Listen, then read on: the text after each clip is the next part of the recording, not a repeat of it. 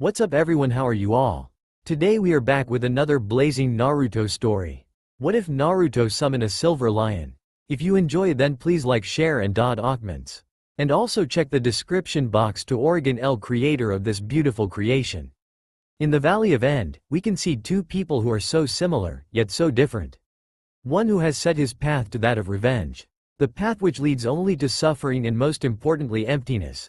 This person has dark hair and most importantly blood-red eyes with three tomos looking directly at his opponent who is wearing bright orange jumpsuit and has spiky blonde hair that are sticking at every direction, and deep blue eyes which are intently glaring back at him. Some people would call these people friends, some would call them rivals. No one would ever thought that their two people are right now the biggest enemies. Both looks ragged and have many bruises and cuts. None of them wants to give up because both of them have their own goals. This of course leads us to the conclusion and final moment of the battle. On the side of Uchiha Madara's statue stand boy with very dark skin, wild hair, cross-shaped scar on his nose and bloody red eyes with one circle, which holds three black tomos around its pupil. The backgrounds of his eyes are black. From his back there are two hand-like wings, prepared to make any action needed to ensure the person's victory. This boy wears white shorts and blue t-shirt with holes for his wings and fan symbol between them. This boy is Uchiha Sasuke, the only Uchiha who survived the slaughter of his clan and now the traitor of Konoha for leaving it without permission and associating with its worst traitor, the Orochimaru. Across him at the side of Hashimura Senju's statue there stood the shorter figure with blonde spiky hair and deep cold blue eyes. His face was adorned with three whisker-like marks, sharp canines coming from his upper lip, and held pained if not emotionless expression. His bright orange jumpsuit directly requested attention, but what would catch you the most was cloak-like shape of red chakra surrounding his small body. This boy is Uzumaki Naruto. Naruto has many nicknames which people would call him, going from demon, hell spawn to king of pranks and most unpredictable ninja of Konoha. This last nickname is the most used and many people who thinks they know him, don't know him at all. You see, they think that Naruto is dumb, but what kind of person could be dumb with his heritage and thousand-years-old library in his belly? No, Naruto isn't stupid, he also isn't Shikamaru, but his intelligence is quite high. As these two people are staring at each other they subconsciously starts drawing their powers and form their strongest attacks. In Naruto's hand chakra starts to slowly rotate and make a bright blue ball with streaks of red running through it. From Sasuke's direction can be heard chirping of what sounds like thousands of birds. His hand is slowly inked by black lightings forming flawless Chidori. When Naruto notices this, one small tear slid down his cheek and when it falls on ground all hell broke loose. Both fighters propel themselves off the ground heading with tremendous force towards each other with their techniques ready to clash. While this is going on outside, in the mind of one specific Uchiha is hell. He knows about ways to gain Mangekyo, but isn't the price too much? Isn't it too much to kill your best friend? Fuck, friends or not. My quest for revenge, it can't be stopped by these pathetic emotions. Die, Naruto. With his mind cleared, Sasuke's decision was final. Naruto will die today. With the help of Sharingan, Sasuke used its calculation abilities to change the direction of his attack ever so slightly and now it was heading towards Naruto's heart. Naruto, noticing this with his highly improved senses, noticed this but was too late, and to completely dodge this attack would be impossible for him. Tilting his hand slightly so it will hit Sasuke, he prepared for the world of pain, and it came just few moments after. Ungodly scream filled the valley as the two strong attacks hit theirs intended targets. Sasuke's Chidori pierced Naruto just under his heart, missing it just by couple millimeters, creating a wound that was bleeding drastically fast, leaving an unnaturally big pool of blood under the blonde. Meanwhile, Sasuke's shoulder was slowly tore apart and separated from his torso. Blood was shooting in spirals out of his wounds, and just as his arm was about to be torn off, the Rasengan exploded and his Chidori dissipated. Each boy ended in deep crater on their own sides of mountain. Sasuke already lost consciousness from all the blood loss and Naruto was hardly keeping up. This was the scene on which Kabuto arrived and his face turned into a horrid expression as he saw the state Sasuke was in. He quickly went over to him and checked his wound with a fast diagnostic jutsu, confirming his worries. Seeing as there was no other way than stabilize Sasuke on place before moving, he got to work. Meanwhile, Naruto couldn't take it anymore and slipped into unconsciousness. Inside Naruto's mindscape, walking through the sewers with ankle-deep water level, he already knows why he is here. He is dying, and of course the great Kyuubi will not end like that. Coming to a stop just before the tremendous gates, he looks up to see two big red eyes staring at him and big mouth laughing at him. "So, why are you here, pitiful mortal?" Kyuubi asked in his deep voice laced with slight hatred but more of expectations. Looking at the boy, he notices that he is a bit different than before. For first, he didn't even flinch when he looked at his eyes, and that certainly didn't happen before. For second, his normally dumb expression was substituted with something different. The boy's eyes had radiated intelligence, but most of all wisdom that doesn't belong to such a young child. And for third, his face was set in an emotionless expression. This of course scared the Kyuubi the most. Well, as much as a demon lord can get seeing little boy. He always thought this guy wouldn't close his mouth and shut up for a second, and of course that annoying smile of his. But now that it wasn't there, he looked different. "I guess you already know what I need, Kyuubi. After all, we share the same boy," answered Naruto. Kyuubi froze in his cage, unable to move. Did the boy just admitted that they were one? The same boy who swore to never use his powers? No, this wasn't the boy he knew. Could it be? Could it be that the boy fooled him? That his entire attitude was just a mask? If this was true, then Kyuubi was deeply mistaken at the boy, but he didn't want to assume things before he got the answers from the main core. "Mortal, did you just admitted that you are me, and I am you?" Kyuubi asked in a voice that surprised the young boy. The voice was like always laced with hatred and malice, but this time he could almost feel the surprise and hope in its voice. Naruto shook out of his thoughts and looked straight in the eyes of the humongous kitsune. "That I did. It would be foolish to declare otherwise, seeing as if one of us will die, then so will the other. Now to the main issue which we need to decide. As of now, I am officially dropping my mask of happiness and becoming what I am without it. I don't know if you had or hadn't idea about it, seeing as the seal will only allow you to be connected with me when I am in near dead state, or I will let you." Naruto replied in him emotionless voice. Looking at the Kyuubi, he didn't look surprised. "Well, of course I knew I am the great Kyuubi no Kitsune mortal." Naruto's sweat dropped because he knew that the kitsune lied. "And as you were mentioning, I know what you are here for. You got your ass handled by that foolish Uchiha, and now your body is a giant mess and you want me to repair it." Kyuubi replied and started to send waves of red chakra to Naruto's body. "One last thing, mortal. I don't want to see you lose again." And with that, Kyuubi went back to his cage to concentrate on repairing his vessel's body. "Don't worry, I won't," replied Naruto just before the chakra reached him. In a matter of seconds, the red chakra flooded his body and he let out another inhuman scream. Every chakra and blood path were hurting. It was like acid was poured into his body to slowly dissolve every tissue, every nerve and every vessels to end his miserable life. Just as he thought he got the pain under control, he heard a crack. This was quickly followed by another, and by the time he figured what it has been, his entire body was broken and limply lying on the ground. Increasing his already inhuman scream, he could feel the pain slowly moving from the lowest half of his body upward. His muscles ripping and reforming, his bones shattering and growing anew, his chakra and blood paths widening and chakra in it compressing and becoming denser, his nerves forming anew. Just as it was about to reach his head, he with horror realized that his eyes burned out and there wasn't anything but dull eye socket. Now only in his head the red chakra started to form, the last organ required to be repaired, his eyes. Naruto was panting in his mindscape from all the stress his body suffered just now. He was about to stand but caught reflection of himself in the water. He was looking just like before, but his muscles were more ripped and defined, but what caught his attention were his eyes. These eyes weren't his normally ocean blue, no. Their eyes were red, and they had one tomo on a circle around his pupil. "Sharingan?" Naruto asked, unsure if it was real or just illusion. He got his answer when he looked at his arm. He could see the powerful chakra flowing around it, and when he waved with it he could see it in slow-like motion. Naruto, fascinated by this new discovery, cut the chakra flow in his eyes and looked into water to see his normally ocean blue-like eyes looking back at him. When he again focused some chakra into his eyes, he silently muttered, "Sharingan," and there it was again. Naruto realized that it wasn't a dream, he really had Sharingan. What did I do to deserve these accursed eyes?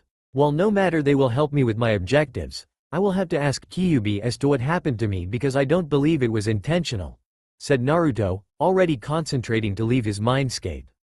If he wouldn't have left, he could have heard the Kyuubi muttering something to himself. Very interesting. I will have to investigate this and find the cause because I sure as hell don't know what happened. His voice was surprisingly filled with excitement. Outside the mindscape 5 minutes ago, Kabuto finally ended stabilizing the Uchiha as the damage was very extensive and couldn't be healed properly without time and medical instruments, which he didn't have. He was about to leave but remembered the Kyuubi Jinchuriki.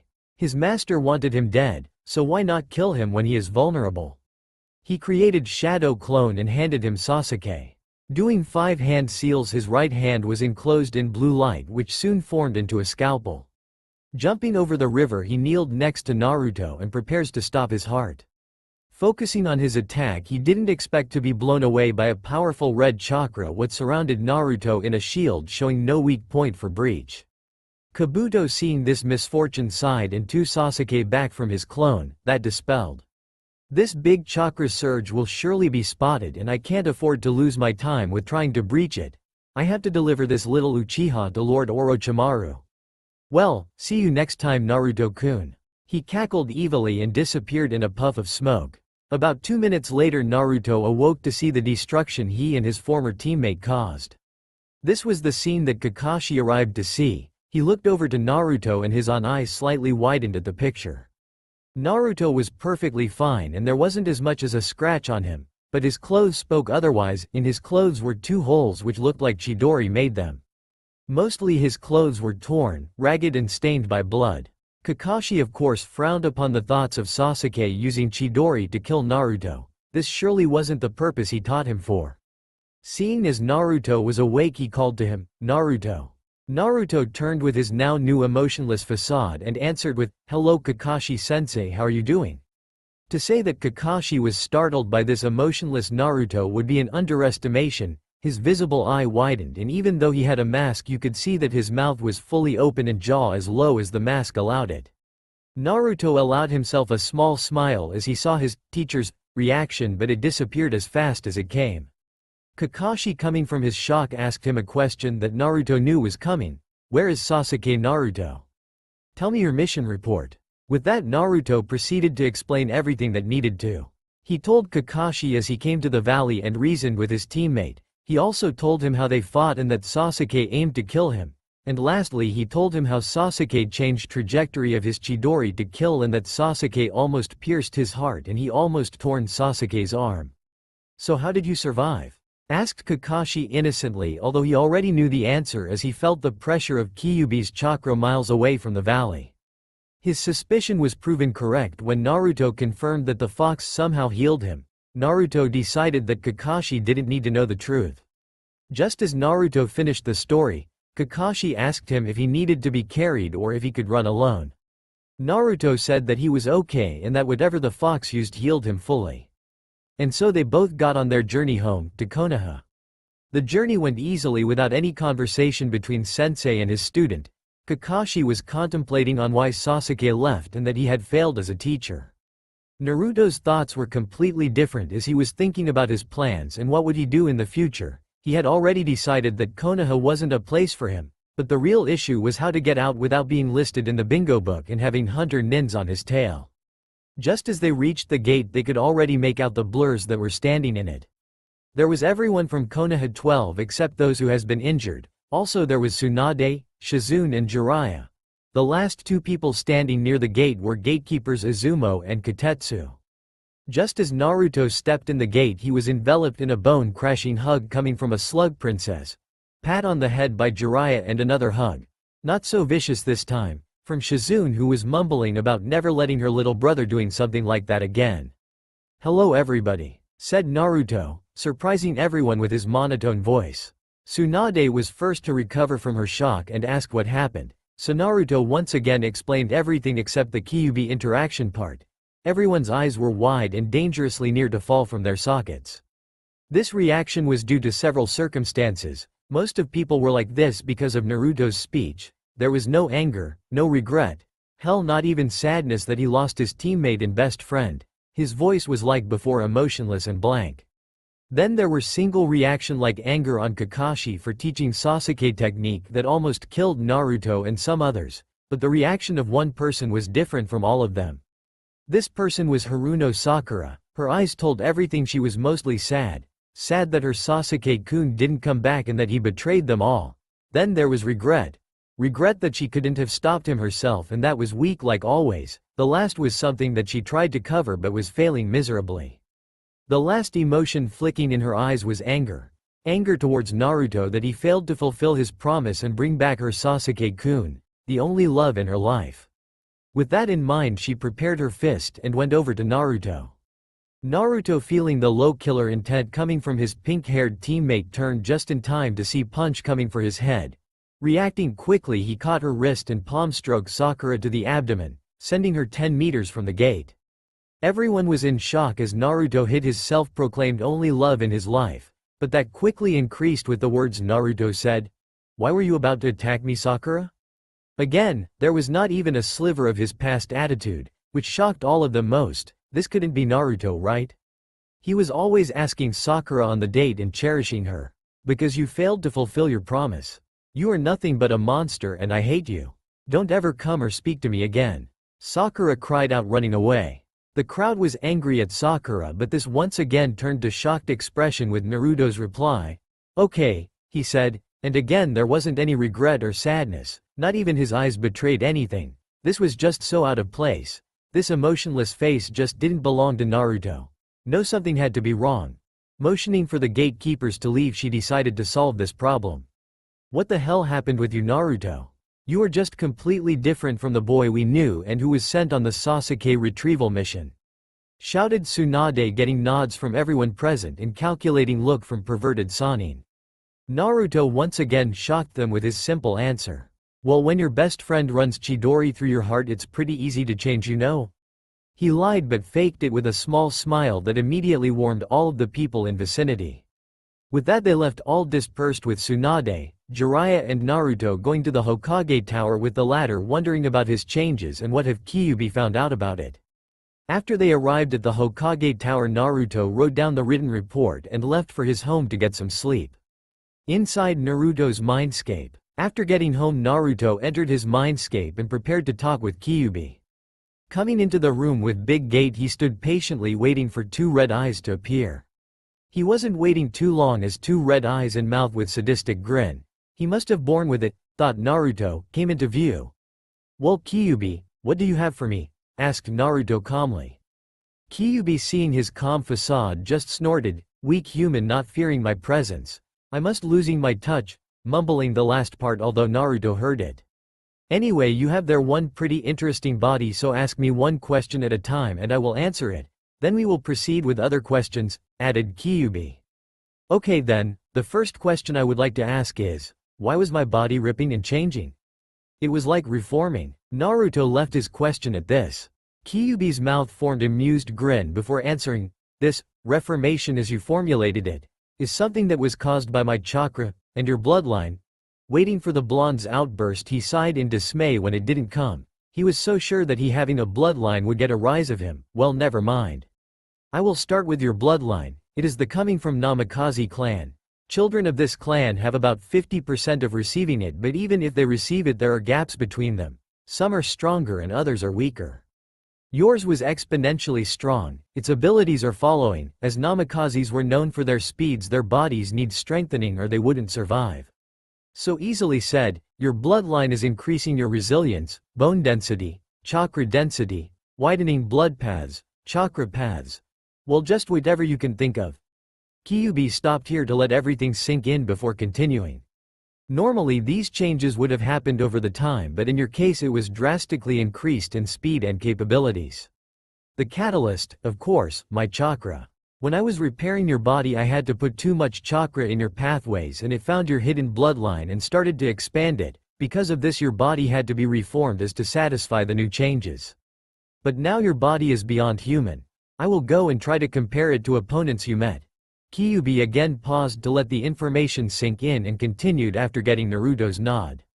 Starting with your bones, I think that your bones are close to Kagaya clan. While they are not as strong and dense as theirs, they are pretty close. Your blood paths widened slightly and organs increased in their size, pumping more blood and air in your muscles. And this in human terminology give you a perfect body. Of course you can be hurt and bleed to dead, it will just take more wounds and serious injuries.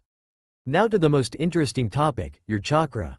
Here again Kyuubi let Naruto ponder on the information so far and after few minutes continued.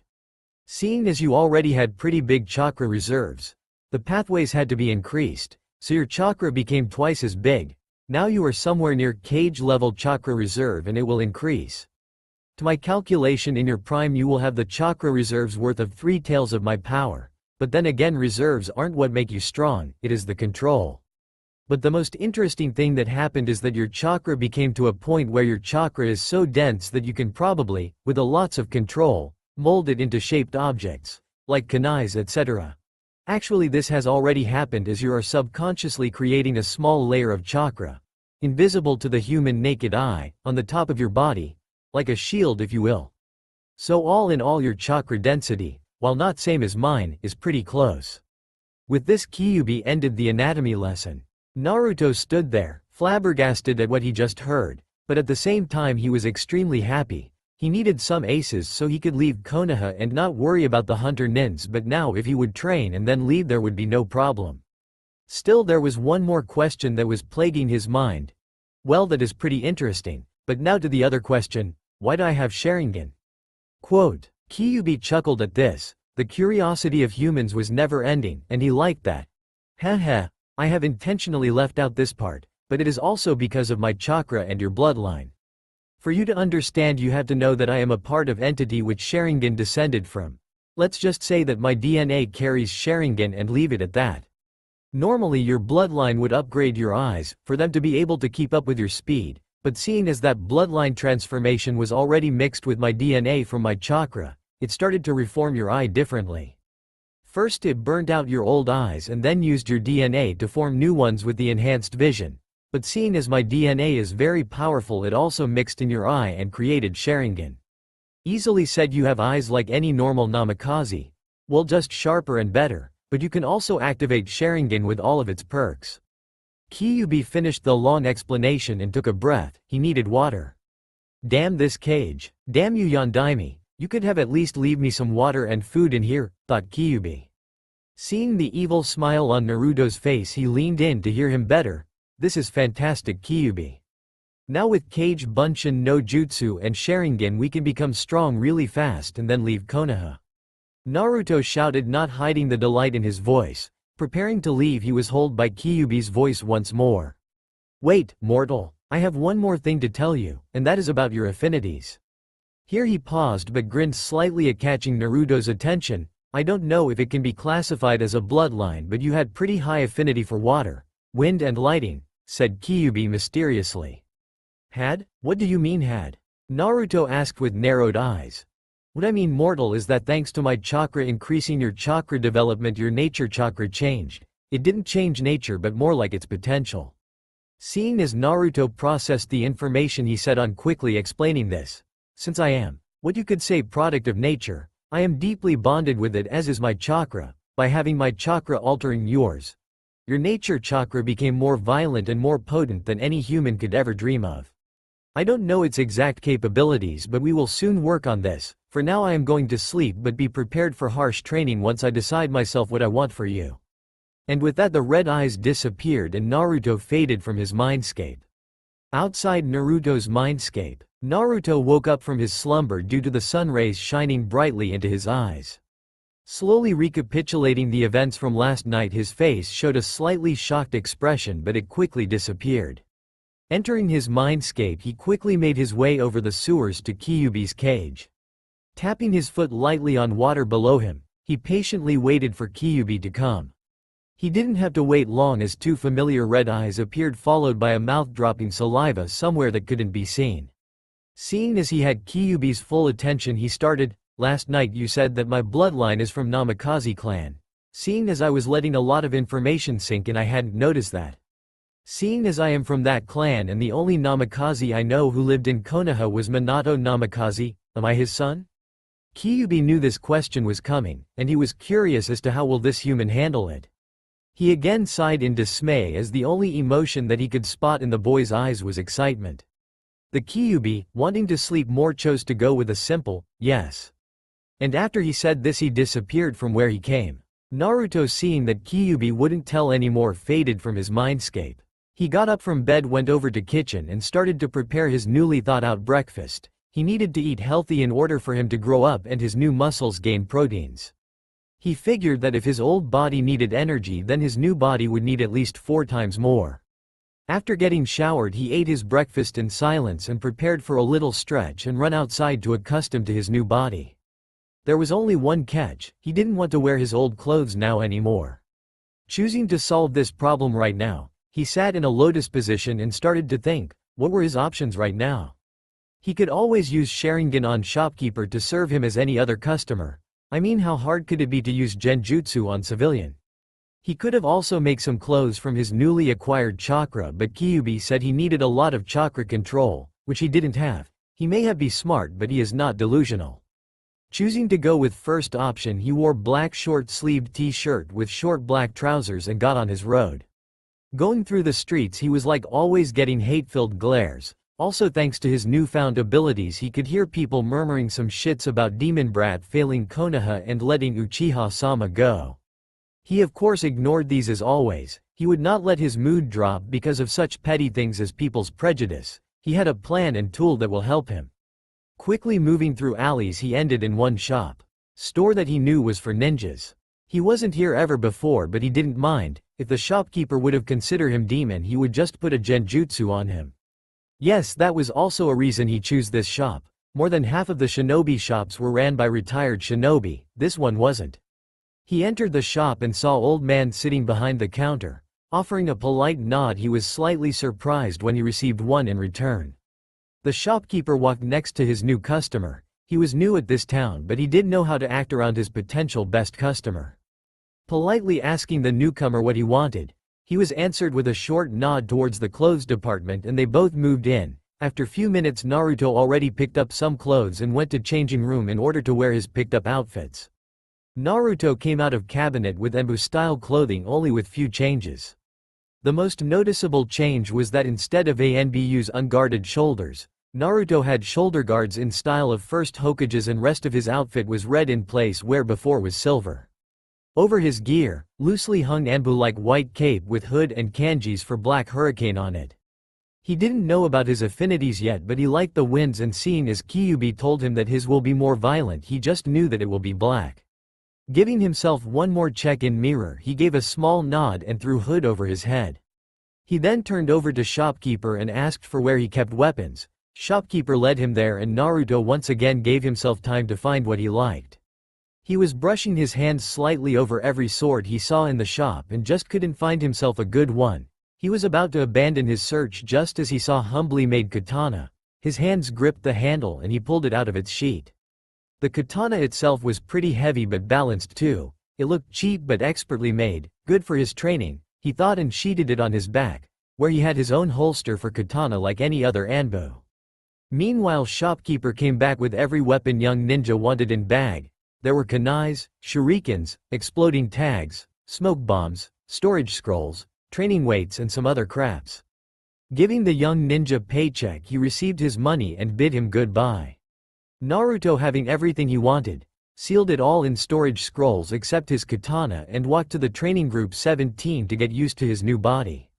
Once he was there, he started with stretching, then few push-ups, sit-ups and squats. As he already got his body warm, he started to run around the training ground, getting slowly accustomed to his new muscles. After 2 hours of psychical training, he was finally satisfied and went over to the ramen shop. He may be intelligent and all, but ramen was still best food, well, wasn't it? As he was at his 15th bowl, he felt a hand rest on his shoulder armors. Looking up to see whose hand it was, he met the face of smiling Jiraiya. "What are you up to, Gaki? Trying to charm women with your new armor?" asked Jiraiya lecherously. Naruto just rolled his eyes and continued to eat. Jiraiya, seeing that he wasn't getting anywhere, sat down with him and ordered 2 pork ramens. While eating, Jiraiya kept glancing over to Naruto to study his face. After 6 minutes, Jiraiya sighed in dismay at not being able to find emotions on Naruto's face. "Gaki, are you listening to me? Jiraiya asked, getting a small nod. He continued, "Well, I am going to give you the one and only rare chance of getting to travel with me," shouted the arrow Sannin with no small amount of glee showing in his eyes. Naruto's ears perked up on that. This was it. This was his way out of Konoha, plus having a Sannin for teacher, even as perverted as Jiraiya, had its perks. Turning to Jiraiya, he decided to fake this a little, so he unexpectedly jumped over to Arrow Sannin and hugged him in a bone-crushing embrace. Jiraiya's face was turning blue, but he didn't pay it any attention. He wanted his godson to open to him again like he had before, so he just patted his back and embraced him back. After the touchy moment, they have both decided to leave right after tomorrow morning, seeing as they both had some things to do. They both bid goodbye to the other and parted their ways. At Naruto's apartment, seeing as he had already packed, he set his mind on his father. He knew that his father didn't hate him. Man of his caliber just couldn't hold a grudge against this. But there was this one question that was still on his mind. Where did his father kept his legacy?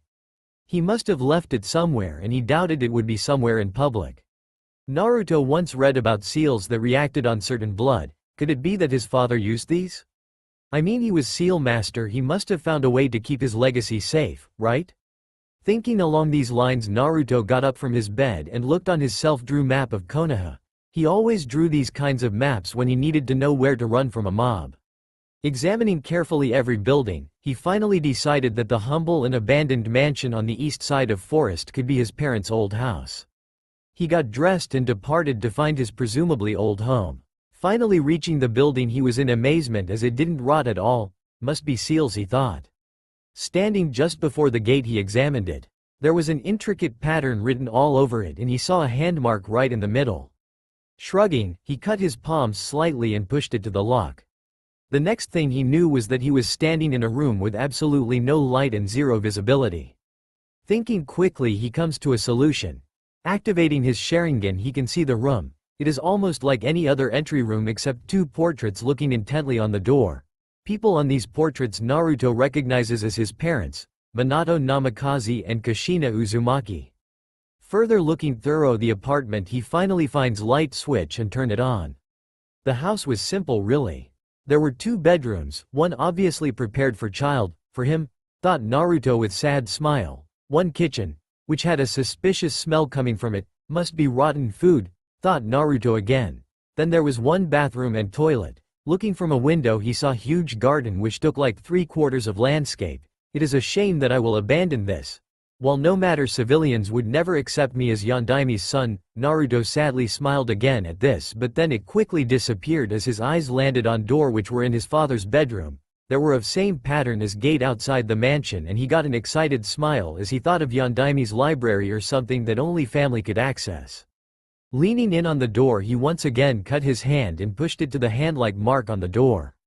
This time it took much longer than before as Naruto got feeling that it was scanning him inside out. Finally the strange feeling ended and he once again befell to darkness, only for him to appear in room with dim light coming from newly looking candle.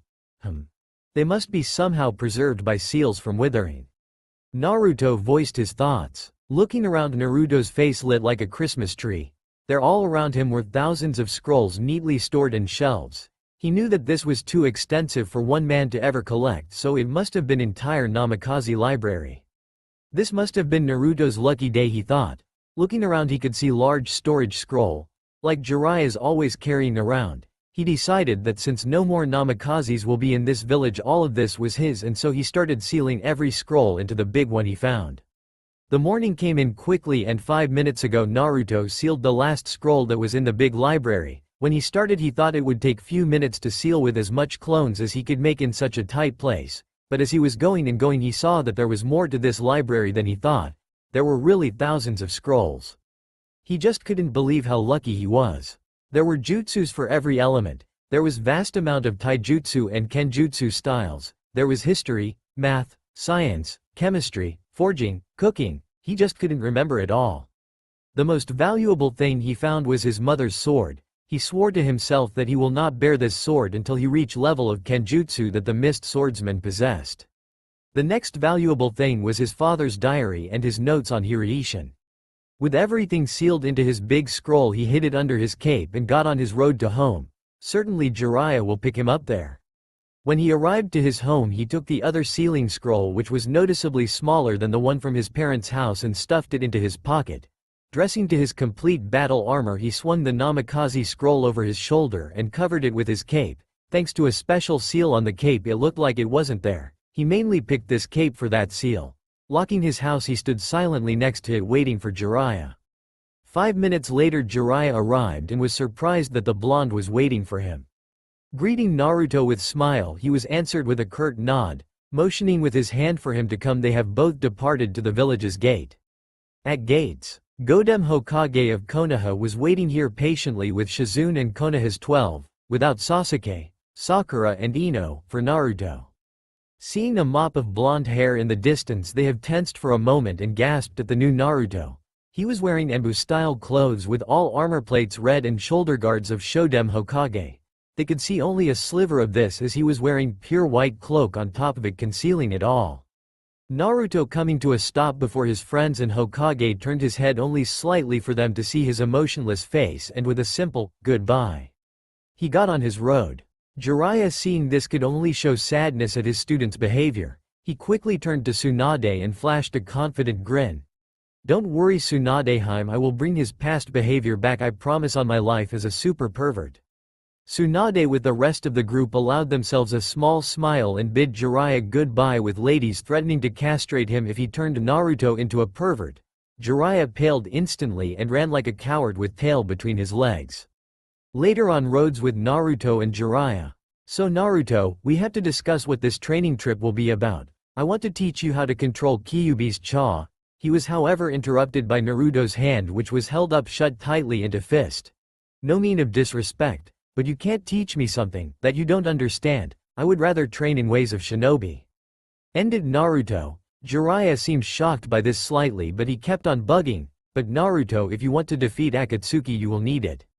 Insisted Jiraiya. I said no, like it or leave me alone, I can train by myself.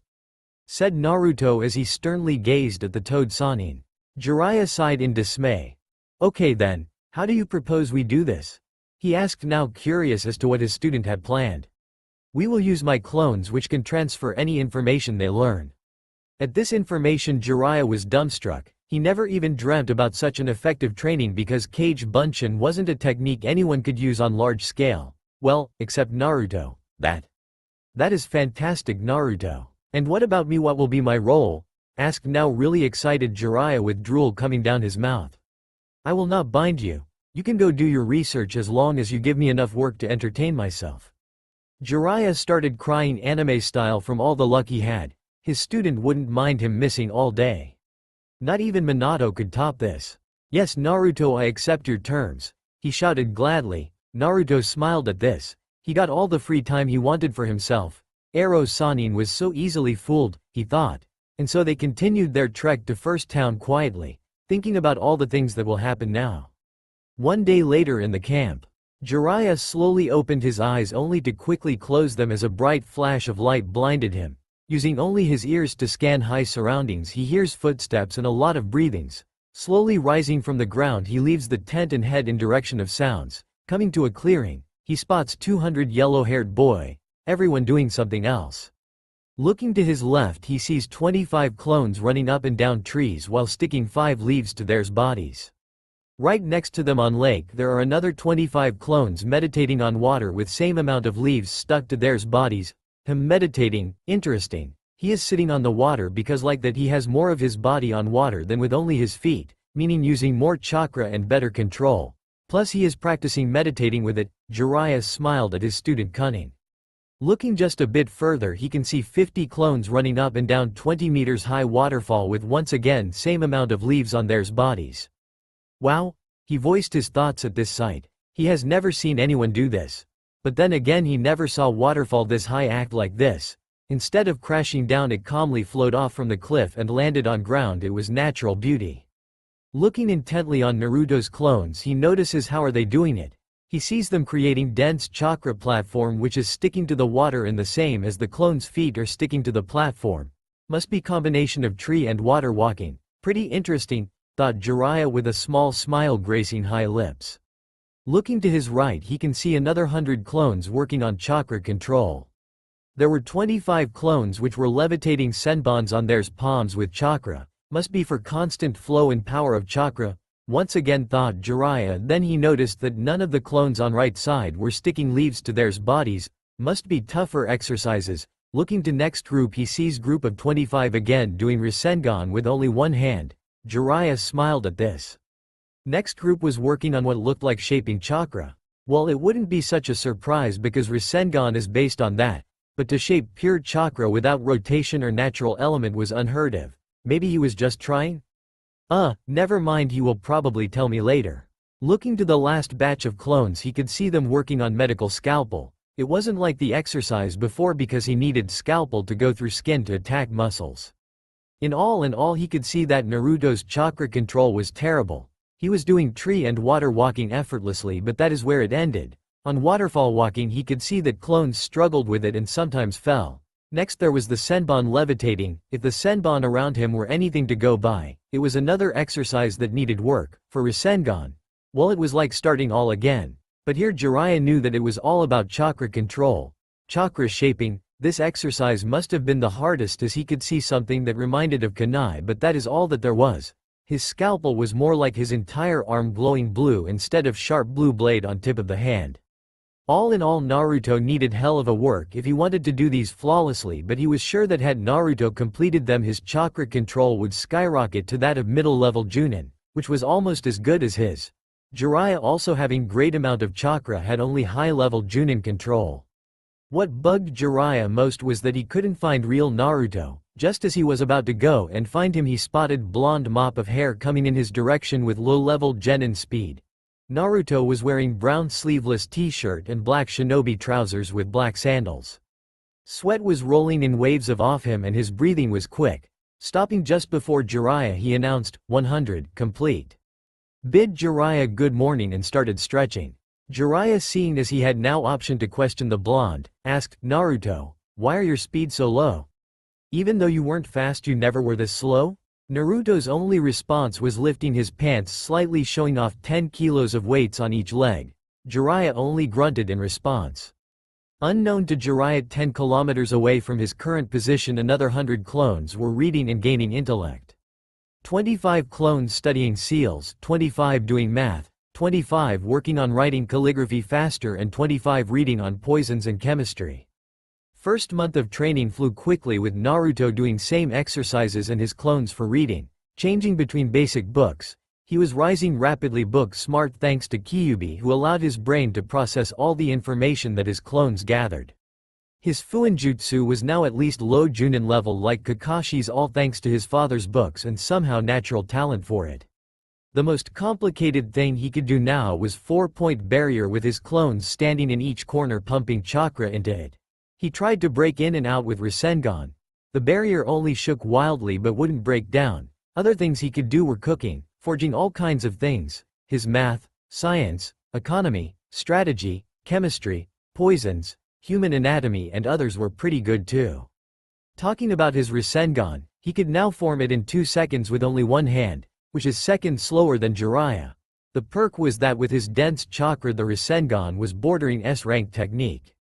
Moving on, Naruto could now flawlessly perform waterfall walking and senbon levitating and spinning exercise. He was now doing it with kunai. He could also make simple object from his chakra like kunai, senbon and thin layer of chakra on his skin acting like a shield. He would have tested this shield, but he didn't know any ninjutsu yet, so he only knew that normal kunai, shurikens and senbons weren't able to pierce it. His chakra scalpel could do a cut to the tree and was only situated on top of his hand, but it still didn't look like scalpel but more like violent chakra, but he was progressing. More or less his chakra control was now high-level Chunin and rising. His goal was cage level because, like Kyuubi always said, the strength was in control, not amount. Speaking of Kyuubi, he was a slave driver.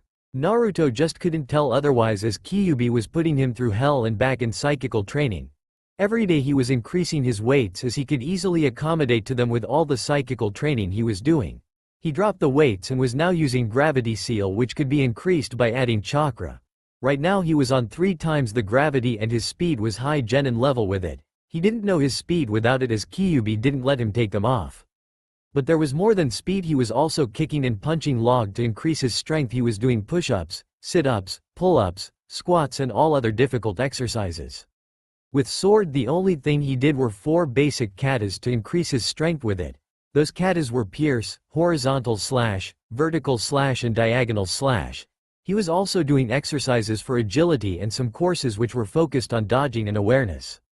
Every time his chakra reserve or stamina diminished, Kyuubi flooded him with his own, so Naruto could work 16 hours a day with 300 clones working too.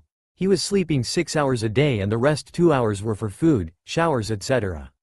As for Jiraiya, well, he was just like Naruto thought he would be. He left in the morning right after he gave Naruto few tips and came back at night with smell of alcohol reeking off him like he was alcohol itself. Well, but Naruto didn't mind, at least he wasn't bothered. For next month he changed his training regime slightly. With his increased chakra control and chakra capacity he could make 400 clones on 8 hours, so with Kyuubi it doubled and worked well with his 16 hours training regime. His chakra control clones were doing waterfall exercise with 10 leaves stuck to their bodies and Sharingan activated to better his chakra control. Then they were doing kunai spinning and levitating now with 5 leaves and Sharingan active. Those for chakra shaping were trying more difficult shapes and also activated Sharingan. Those for medical scalpel were trying to do it without any modification, seeing as this was the only exercise he couldn't do yet. The clones from water and tree walking were once again divided into 2 groups, with one sharpening leaf to the point of it cutting into tree and second meditating quarter the meter above the ground with 20 leaves stuck to their bodies. This exercise heavily depended on expelling chakra from pressure points facing ground and controlling it so he could levitate. Another 100 clones were once again working on reading and getting to know theoretical side of Shinobi world. But the new group started new exercises. There were 100 clones divided into 4 cells each for something different. First group was training katas from intercepting fist, seeing as Naruto now had Sharingan he could use it. All the instructions were in Namikaze's library. The second group was training lion-style kenjutsu which he found in scrolls and Kyuubi agreed to it. The third group was practicing fox style of kenjutsu which he was taught by Kyuubi himself, and fourth group was practicing weapon throwing. He wanted to do another taijutsu style, but Kyuubi said he would start elemental style once he learned about elements. Seeing as his clones sent him back their memories, there was no problem because all the katas were drilled into muscle memory and then sent back to original Naruto. Well, and that of course leaves us original Naruto, who was practicing his psychical abilities again through the entire second month. Actually, he was doing the same exercise as before, just adding gravity to his body. After the second month of training, Naruto's abilities once again grown exponentially. He has finally managed to master chakra scalpel, and with the others' exercises he was doing, his chakra control increased to that of high-level Junin of Kakashi's caliber. His Sharingan evolved into the second level with 2 tomos in each eye. When Naruto asked Kyuubi about this, he told him that he had enough life and death situation and that all he needed was little push, which in his case was having Sharingan activated throughout the month. His chakra capacity rose to that of middle-level Kage and was still growing. His Fuinjutsu was off the charts. Even though it was not on Yondaimi's level, he could proudly say that he was close to Ero Sanin. He found out that with his dense chakra he could also write seals, but he was years before putting it into application. When he will be able to do it, he would surely surpass Yondaimi. His classic school skills were completed and he didn't need to do them anymore. His strategy skills were developed pretty good, even if not on level of Nara's. He took liking into the poisons even though there were many books on it, and even with 25 Kage Bunshins he couldn't read it all. All in all, thanks to his clones and modified memory by Kyuubi, he had many new skills and learned them pretty quickly. Next there were the Bunshins that were working on weapon throwing, taijutsu and kenjutsu. His weapon throwing was on level of middle-level Chunin and he was constantly improving, seeing as Academy stunted him in this. His intercepting fist was on Sasuke's level before he left, mean around middle-level Chunin he needed to spar with someone as it was hard to learn just from instruction and his clones weren't enough. But seeing as he couldn't reveal his Sharingan, he needed to find some missing nins and try it on them. After all, he had to get some experience. His lion-style kenjutsu was also middle-level Chunin as he hadn't have any sparring partner. His fox style was low-level Junin because the fox's teaching were a little more advanced. All he needed in kenjutsu was to find one defensive style and create a new one with these 3 as main components. His psychical training has been more advanced than month before and Naruto's speed increased to low Chunin level with 5 times the gravity. His dodging ability was quite good and his flexibility changed into that of feline. 3rd month, 1st day. Gaki, we are moving from here to another city so Akatsuki won't know where we are. Shouted Jiraiya, waking Naruto from his slumber. Naruto grunted in acknowledgement and went over to the lake to wash himself. Thinking about his own strength, he wanted to know how good he was. He knew that his taijutsu was at least mid-level Chunin. His ninjutsu was almost non-existing and that his genjutsu were only those he could do with Sharingan, which were low-level Chunin. Thanks to his eyes he could see through any Chunin-level genjutsu. His kenjutsu was high-level Chunin and his fuinjutsu was at least cage level, but he couldn't use it much in battle. So all in all he thought of himself as mid-level Chunin due to lack of ninjutsu and experience. He needed to repair it. As the two of them were walking, Naruto started to ask, "Ero Sanin, are we going to fight missing nins?" "I need experience," said Naruto calmly as ever. Jiraiya was a little shocked at the show of mature in Naruto's way of thinking. It was true. Ninja was mostly made of experience. He thought about his answer and then said, "Well, I don't know how good you are. So in order to measure you up I will let you to spar with my clone and then we will see." Naruto nodded to this. It was wise, he couldn't let his student to just go and fight missing nins, right? 2 days later, Tatrozu town. In a clearing not far from Tatrozu town, 3 figures are standing. 2 of them looks like checking the other out while the third is carefully watching the fight which is about to unfold. Naruto, preparing to tell Jiraiya about his Sharingan, remembered his conversation with Fox. Flashback. While walking along the road, Naruto enters his mindscape to converse with Kyuubi about very serious matter. Walking through the sewer complex he soon arrives to gates which equals to Konoha's Hokage monument. Tapping his foot slightly on the water he waits few seconds for his prisoner and sensei to show up. Exactly 5 seconds later bloody red eyes appear followed by a mouth formed into a sadistic grin dropping saliva. Naruto, looking annoyed, asks, "Kyuubi, do you really have to make your entrance this dramatic? I know this already and you won't scare me." Kyuubi growled at this slightly and then turned his head in a manner that would do small child when proven wrong. Naruto's sweat dropped at this, seeing that even greatest of demons could act like a child. "Anyway, I wanted to ask you if I should reveal my Sharingan to perverted Sannin." Naruto's one eyebrow rose as he waited for the kitsune to reply. That depends. When you leave, are you going to let it look like you died or just deserted?" asked Kyuubi in his ancient voice. Naruto seemed to think about this for a while and then responded, "I would have at least sent some letters, but seeing that some people just wouldn't give up on me, I will make it look like I am death," said Naruto with 100% conviction. "Alright, then you should show him all of your skills because he will be able to help, even though I am the greatest." Here Naruto's sweat dropped. "I don't know so many things of ninjas as that perverted human," ended Kyuubi, and with that crawled back into his cage. Naruto nodded his head and left his mindscape. One figure in the clearing let out a small chuckle. Watching with his Sharingan he couldn't help it. Ero Sannin was doing such a good imitation of fish. It was 10 minutes after he told him and he still didn't shake it off. So Naruto sat into meditative stance and waited and waited. After 25 minutes Ero Sannin's face contorted into a face full of disbelief. Then after 5 minutes of reassuring he got the strength to ask, "Where did you get it?" He knew that his parents were Minato Namikaze and Kushina Uzumaki, so where? Naruto frowned at this. Should he tell him? He knew that had Jiraiya knew he would have to tell Tsunade and she would have to tell the council, which would probably use him as breeding stock and won't let him out of the village. On the other side, if Naruto let him swear, Jiraiya would have got suspicious of him leaving. He could always lie to him, but he thought that someone of Jiraiya's caliber could easily tell. He knew he would play it like he was afraid of the council. Or maybe Jiraiya will say something stupid. "When I tell you, Jiraiya, what will you do with this information?" Jiraiya was a bit caught off guard by Naruto calling him Jiraiya, but quickly shrugged it off as just being serious. "Well, I just want to know, how do you have a Sharingan when none of your parents had it?" At this he clasped his hand on his mouth, but it was already late if annoyed scowl showing on the younger blonde was anything to go by. "You didn't know my parents? Then it means that Sandame also knew my parent, and that means that he lied to me." Naruto had to smirk at Jiraiya's face as he saw panic all over it, so he took the liberty to increase it. "So? Who were they? Jiraiya's head dropped slightly as the show of sadness when he had to talk about his old student.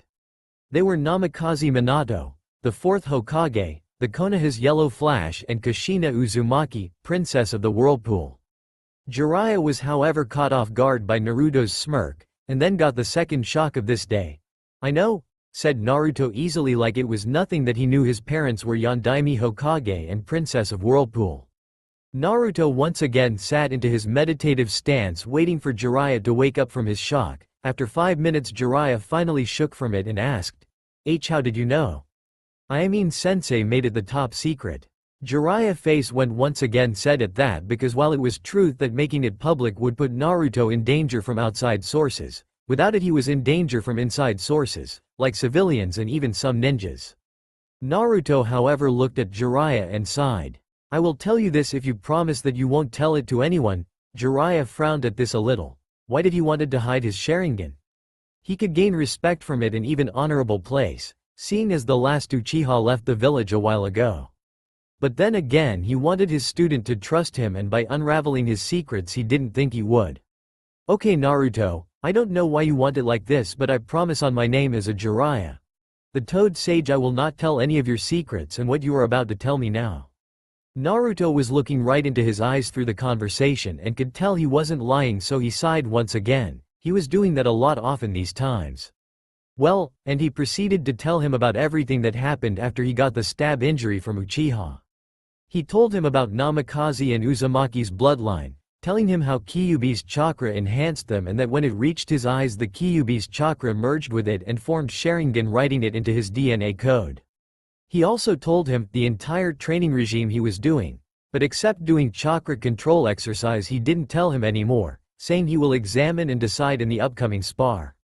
Jiraiya was once again gaping like a fish. Naruto could be. No, he would be really frightening, and with his current style of training those 3 years of trip would be more than enough. He was also shocked when Naruto told him about Namikaze's library and that he had it with him.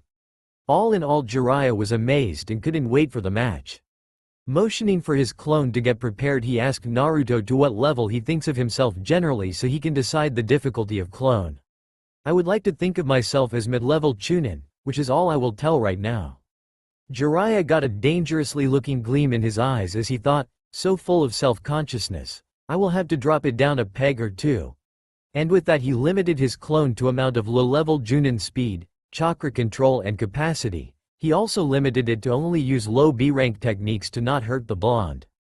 Naruto for his part prepared for worst as he saw the gleam in Jiraiya's eyes. Preparing for fight, both him and Jiraiya's clone slipped into their taijutsu stances, with Jiraiya's eyes widening slightly from seeing perfect stance of intercepting fist style. Staring at their opponent they both started to analyze each other. Naruto could tell that Jiraiya was underestimating him a bit from his stance, but could also feel at least Chunin level chakra capacity. Jiraiya couldn't tell much. Naruto's face was impassive and his stance flawless, his two-tomoed Sharingan slowly spinning, observing him. Sharingans always unnerved him. It was such a great bloodline and he always hated fighting against it. It meant using only his pure speed so he could limit the prediction ability of it. He also shouldn't look straight into it. But this was Naruto, he couldn't get any genjutsu work, and that he had Sharingan didn't mean anything, right? Losing his patience, he ran straight and fast at the blonde to measure him. Naruto was a bit surprised by his speed. He was too slow against this and he may have to release his weights, to which Kyuubi mentally nodded. Seeing Jiraiya approaching with his fist raised, he barely had time to move left and try to kick him into his abdomen. Jiraiya, seeing this, caught the offensive leg and threw him hard into a nearby tree. Naruto, seeing that this wasn't leading anywhere, decided that a little cover would be nice and that his weights will be his ace in the sleeve. Jiraiya, noticing that the blonde was up, once again ran after him. Seeing this, Naruto focused chakra into his hand in perfect Rasengan former in less than 2 seconds, surprising Jiraiya a little. Then he drove his hand into the ground. Explosion occurred and a lot of dust flew up around him. Using this cover as best as he could, he created Cage Bunshin to stand in his place and he took off to the trees. Jiraiya, seeing the cloud of dust clear, could only dumbly watch that Naruto was still at his previous place. Shrugging, he ran at full speed to him and used left hook to punch him. The clone, thanks to his Sharingan, bowed slightly so that the punch missed him and held on the tiger seal, igniting explosive note on his back. Jiraiya's eyes widened seeing this, but it was too late. An explosion occurred. Waiting for the dust to clear, Naruto in the trees could see charred piece of wood where Jiraiya should have been. Naruto cursed but knew that such a petty attack wouldn't work on a Sannin even though it was clone of Junin quality. Thinking of his next move, he silently moved from tree to tree. Jiraiya, watching the fight, was a little wide-eyed but then smiled seeing that he underestimated the blonde. He couldn't wait to see more. Maybe, just maybe, he will surpass Minato after all. In the clearing, Jiraiya's cage Bunshin was patiently waiting for his opponent while intently watching his surrounding for any movement that would indicate an attack. Suddenly he dodged to the left as he saw Fist flying right through where he used to be. Going on handstand, he used his leg to kick the blonde into head, only for him to puff into smoke, dropping another explosive note. Seeing the immediate danger, he once again used Kawarimi, only for him to dodge another kunai with explosive note attached to it. Jumping out of the explosion range, he could see 10 blondes waiting for him patiently. Going through hand seals, he ended with Tiger and blew a big fireball. Once the dust cleared, he could see 8 blondes jumping straight at him, preparing for taijutsu match. Jiraiya, seeing this, got a wide smirk and bent lower than before. Using his bent knees to add to his momentum, he literally fired into the clones and dispelled 2 with punches. Landing 20 meters away from them, he quickly ran through 5 hand seals and shouted, "Fire release." Phoenix Immortal fire technique, and with that he launched 20 small fireballs to deal with the clones once and for all. For the clones, the attack range was too wide and didn't have any choice but to take a direct hit, dispelling them in large puff of smoke. Suddenly about 50 kunais came from the smoke aiming for Jiraiya. Seeing this, he jumped all over them in order to escape the explosive tags if they were attached to the kunais, but there were none. He was left no time to contemplate on this as he noticed one blonde running straight at him. Preparing to counterattack, he slightly lifted his left hand and tightened it into fist with his right arm, bending lowly with open palm facing Naruto. Naruto smirked at this. He ran at Jiraiya, only get the palm straight at his gut. Flying 10 meters far, he closed his eyes and focused on his chakra. Around him, chakra started to appear and form into small needles. Once Jiraiya noticed this, there was over 300 of needles and they were sent flying over to him. Quickly using 3 hand seals, he shouts, "Earth release." Earth wall. The needles, however, weren't as weak as Jiraiya thought and went pretty deep into his shield, some even penetrating and missing him just barely. Looking around, he couldn't see Naruto when suddenly very hard kick connected with his gut, sending him into the tree line. Naruto, seeing this, thought, there must be hell of a chakra if that clone didn't just dispel. Well, couldn't expect less from the Toad Sannin, right? At least he was caught off guard by my speed without gravity seals. Naruto, seeing that his plan failed, went over to his last resort. Bringing out his sword, he infused it with his chakra and prepared to attack Jiraiya when he got up.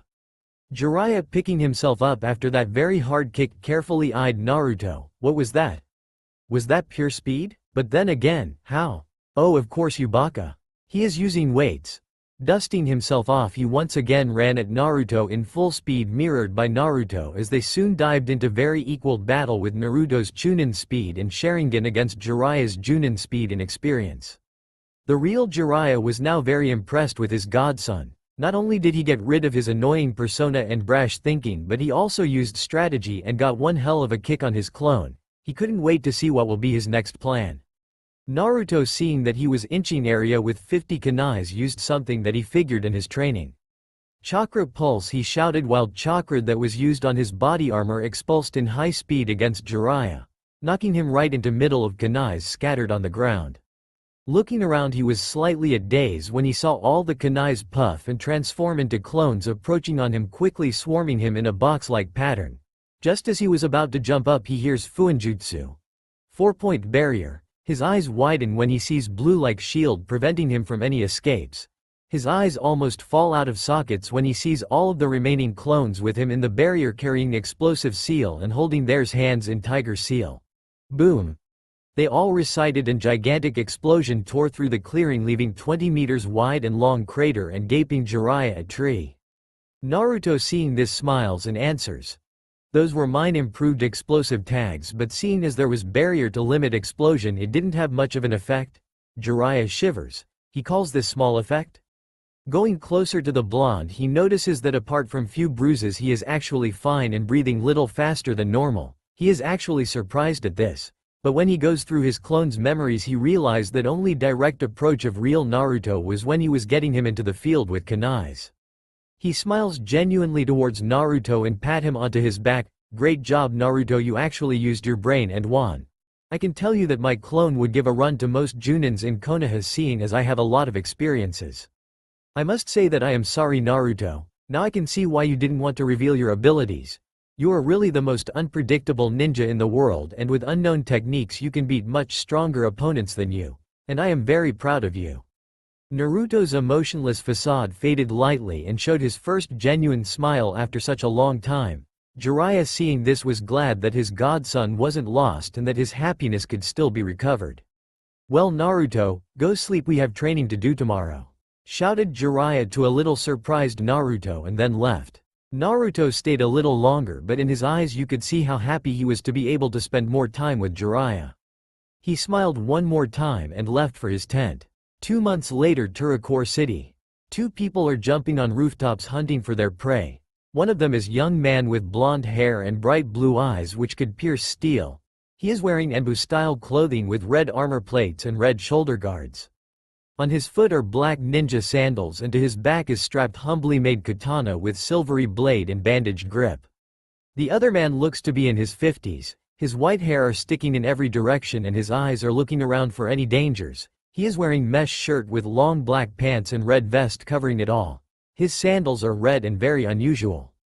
To his back is strapped a large scroll with tape over his shoulder. They both look at each other and nod. Just then they both disappear in a quick burst of speed with smoke covering their tracks, appearing right before their target startling him out of his skin. The man is in his mid-30s with green hair and brown eyes. He has rain headband tied around his forehead and on his back rest 3 umbrellas. To his waist is strapped what looks like handle of sword, which are his fingers gripping nervously. What the fuck are you doing here? I didn't do anything wrong. He shouts, still not knowing his pursuers. One of them looks amused by him and asks, I am very disappointed in you Rokushi Aoi, you don't even know the gallant Jiraiya. And with that he summoned one frog and ended up in his embarrassing pose. While Naruto's sweat drops, Aoi starts to sweat bullets. He could never even touch one of the legendary 3, yet here he was with some Gaki hunting him for reason unknown to him. CCC and IA ask why or YUHH hunting me? Aoi stuttered out, not being able to speak properly, knowing he would soon fight in battle that would be totally one-sided. Jiraiya closed his eyes and smiles softly, pointing over to Naruto, and with that he said, My student is going to fight you for experiences, of course. He boasted, especially when he said, his student. Aoi hearing this eased a little. He can't beat me, right?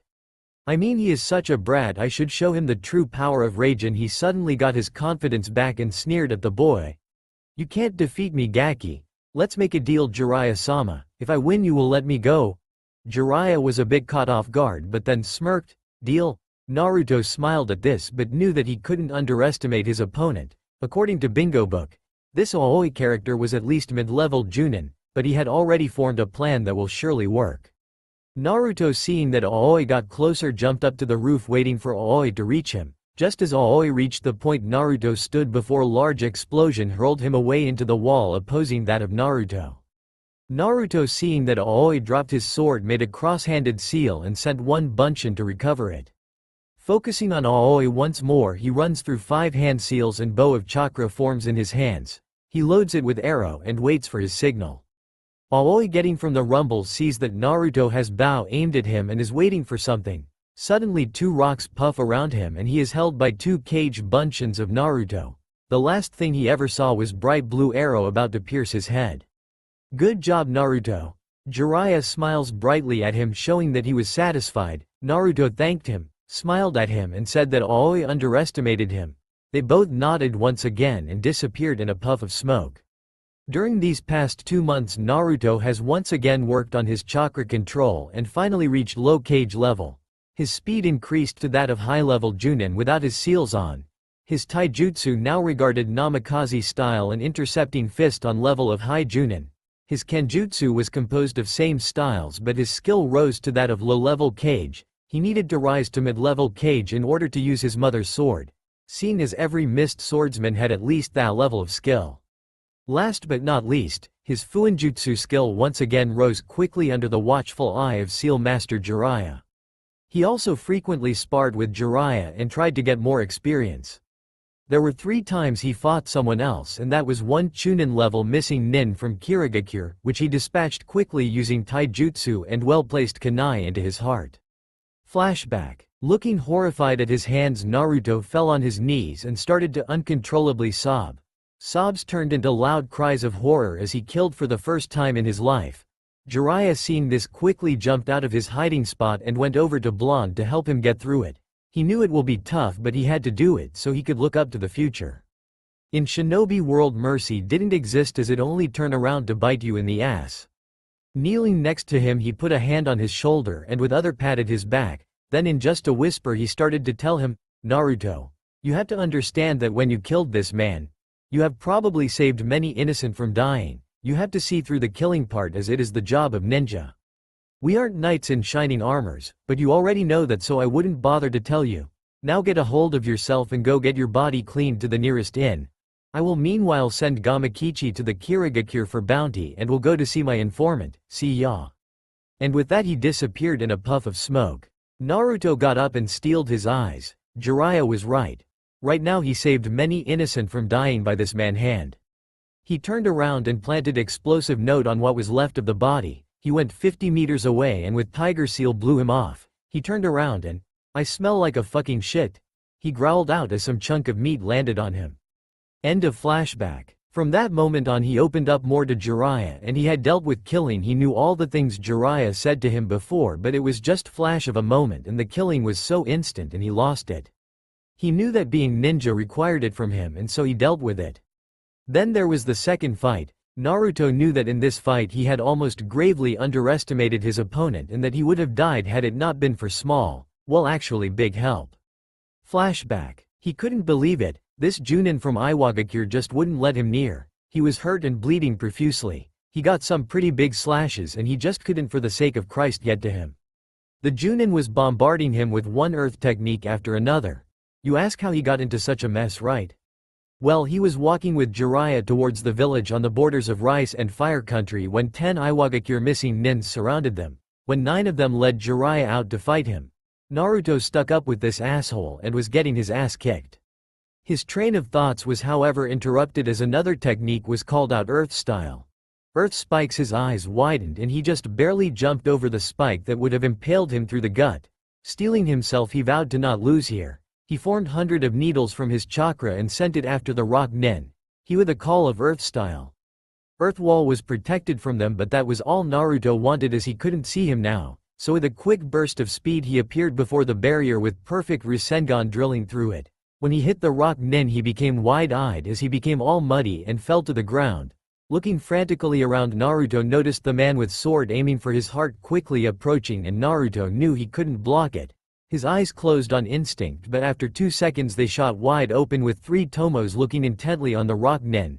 Subconsciously focusing chakra into his eyes, they began radiate killing intent so hard that the rock nin stopped in his tracks and started to shake in fear. Not one to pass a chance, Naruto created Chakra's sword out of thin air and cut off his head, sealing it into scroll. End of flashback. Then there was Aoi, who he killed right now. So all in all he would say that the last 2 months were focused on mastering his psychical attributes, close range combat, chakra control and Fuinjutsu.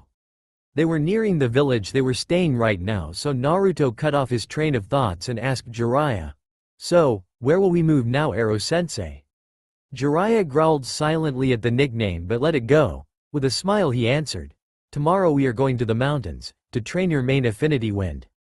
Jiraiya's smile got wider as he saw his godson's excited face. "So, how long are we going to spend training my wind affinity?"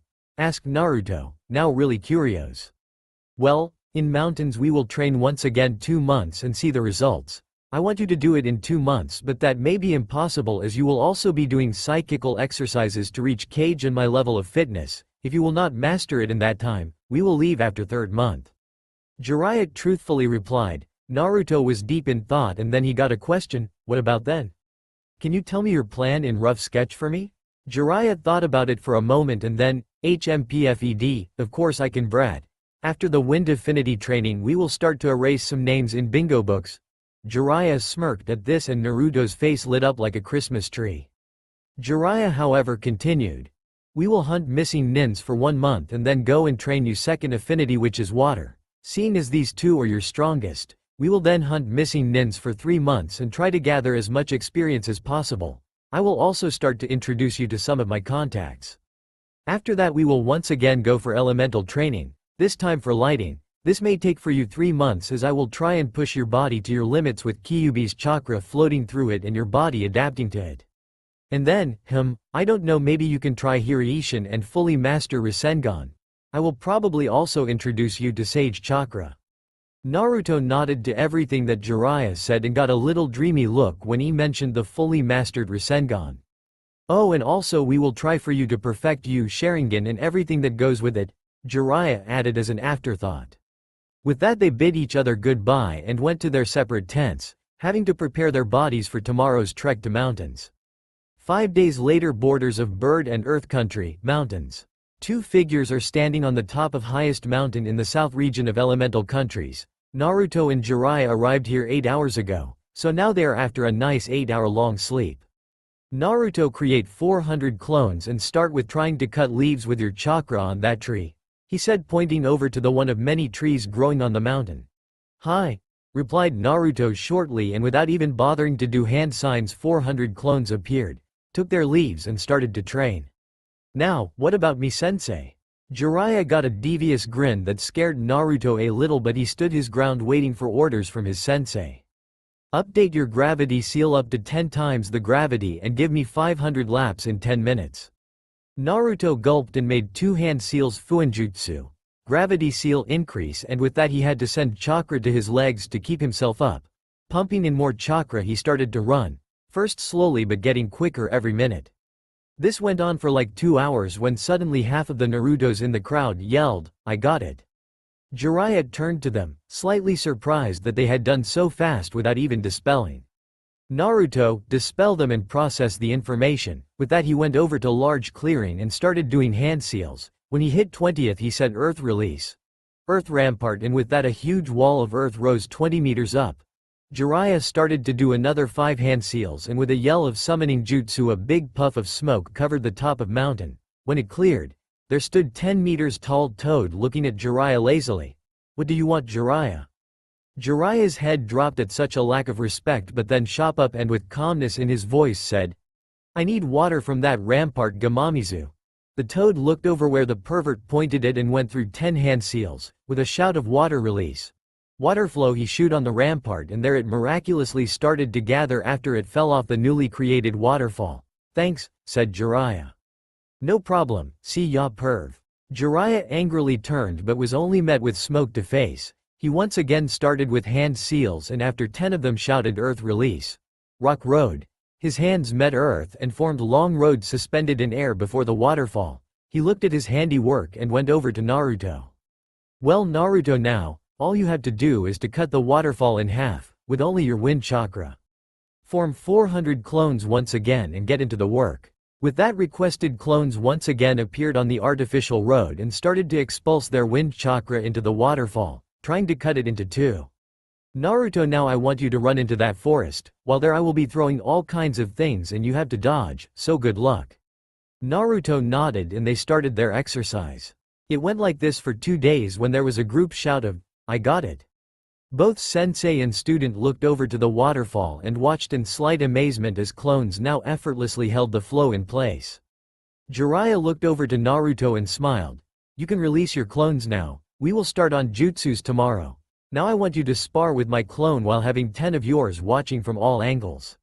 Naruto once again nodded and they spent rest of the day like this. Next morning you could feel the excitement up in the air. Naruto's thoughts were centered on his soon-to-be wind jutsus and he couldn't be happier. Seeing that his sensei still hasn't got up, he decided that light warm-up was in place. He created 10 clones to read about poisons and got on his way to forest. When he reached small clearing inside the forest he heard quiet growling but paid it no attention. He went over to lake and undressed himself. Getting into the morning freezing water he started to swim to relax his muscles and warm his body properly.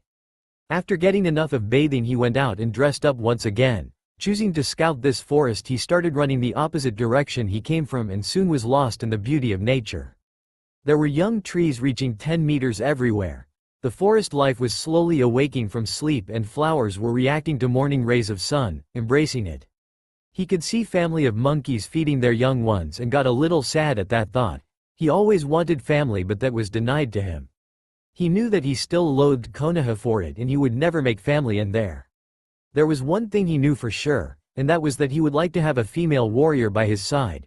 Woman with strong side in battle, but also woman who would soothe him when he felt sad. A woman to make him feel wanted. His eyes shed a little tear from all the thoughts he had, but he quickly wiped it away. Everything with time, he said to himself. He continued running and watching the magic of nature until he arrived on a large clearing. It was radiating a weird feeling and Naruto felt excited by it. Walking right through the clearing, he noticed 20 or so pairs of eyes watching him. Those eyes were animals. He didn't know the species, but he knew the look in them. It was that of predator watching his prey. There was absolute silence. If the pin would fall, you would hear it. It was definitely calm before the storm, Naruto thought. He closed his eyes and set himself into a relaxed stance. Focusing chakra into his ears to have better perception, he calmly waited for predator to strike. Suddenly a deafening roar echoed through the clearing and 24 lions started to run for the blonde. Naruto, hearing the roar, opened his eyes to reveal a fully matured Sharingan spinning calmly. Watching the lions charge, he decided that blood wouldn't go well with this beautiful clearing. Fishing through his pouch, he finds the tag he is looking for and places it on the ground. He then bent lowly and with chakra flowing through his legs jumped high into air. When lions arrive on the place their prey stood, they look up and snarl at him. He only smiles back and holds his hands in monkey seal while muttering Fuinjutsu, electric discharge. The effect was immediate. Electricity sparked around the tag and coursed through 20 lions, making their world go black. Remaining 4 snarled at the blonde once again and rushed over to him to avenge their pack. Naruto stationed himself into a stance and with burst of speed sent other 2 lions into dreamland. The other 2 weren't much better as they got hit by hilt of Naruto's sword. Naruto, satisfied with his handiwork, dusted his hands and was about to walk off. This was however interrupted as another deafening roar echoed around him and lion size of the Toad boss jumped right in front of him. Behind him 10 lions of different sizes went to check on their downed pack. Naruto, seeing this, prepared to summon Gamabunta. He was however interrupted by the giant lion snorting. I haven't come here to fight you, Gaki. I was just saving my pack, but seeing that you hurt them, maybe I should kill you. The lion boss was amazed that this boy managed to stay calm even though he was facing one of the strongest bosses in the world. I believe that it is your pack you should blame. They have attacked me unprovoked and I decided that taking care of them would be a good idea, Naruto said, slowly fighting with boss and staring contest. One of the checking lions roared something and the boss nodded its head. He turned to Naruto. I see that they are not even hurt. It takes a lot of skills to defeat even the youngest lions without killing them. Would you be interested in bearing the lion contact? The boss asked casually.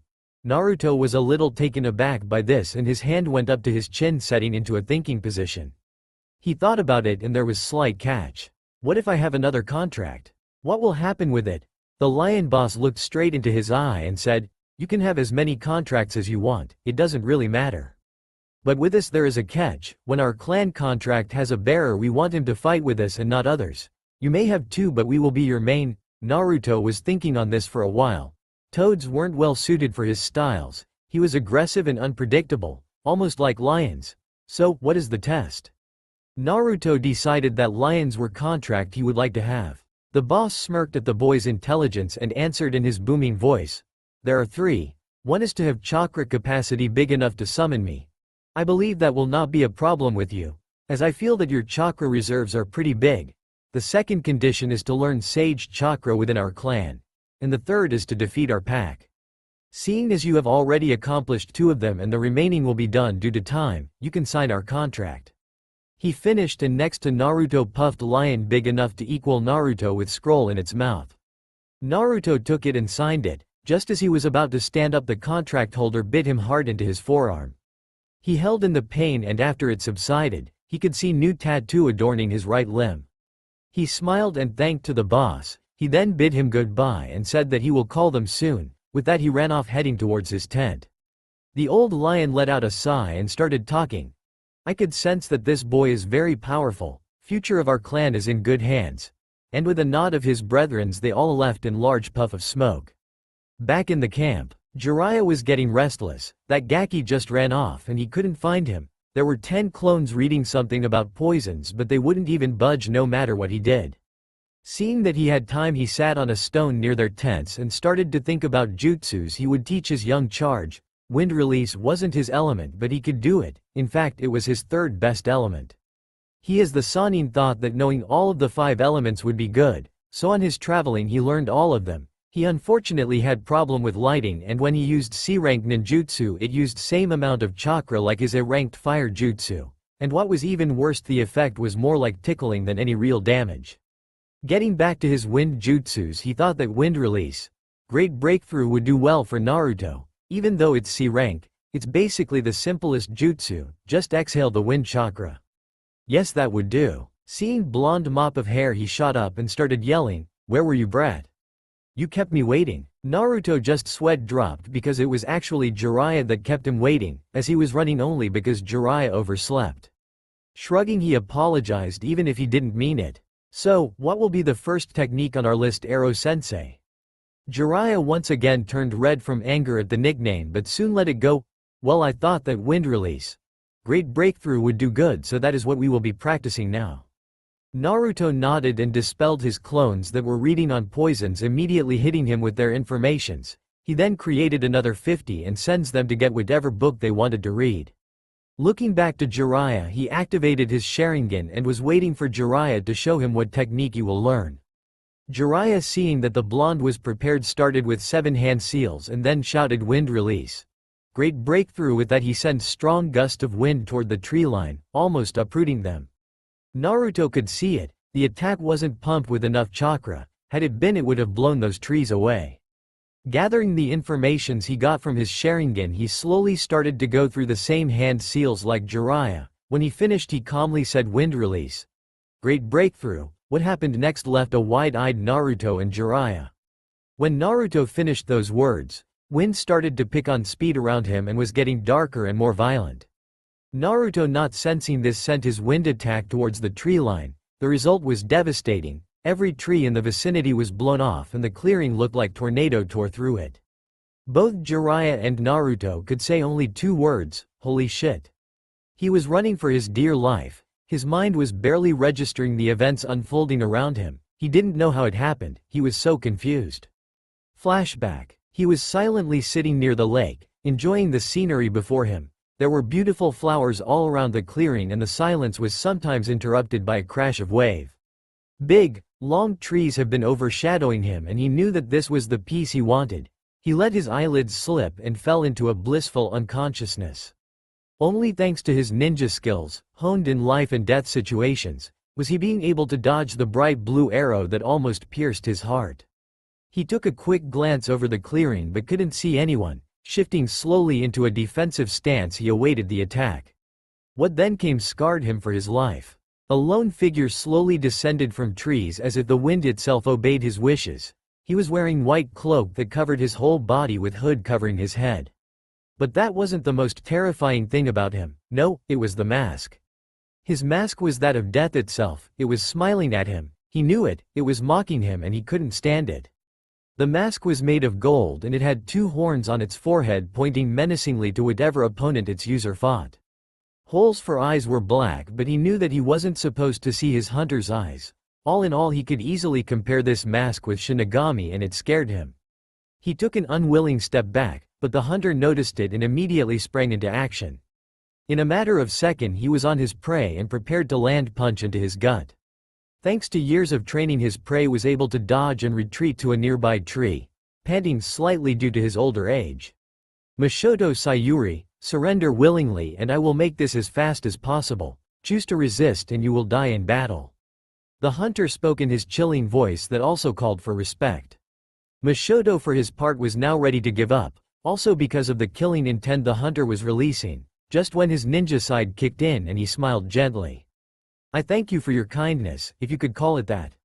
He chuckled here and continued, but I, Mishoto Sayuri, missing nin and former junin of Kirigakure no Sato, will die in battle. When he ended up with his battle cry, he started to rapidly form hand seals and ended on 24th, with that he called, water release. Pressure cannon. His chest puffed out and he started to spew high-pressured water from his mouth. The hunter, not wanting to be hit, used a quick kawarimi and disappeared in the woods. Makoto quietly observed his surroundings and waited for Hunter to strike. His condition wasn't the best and he knew it.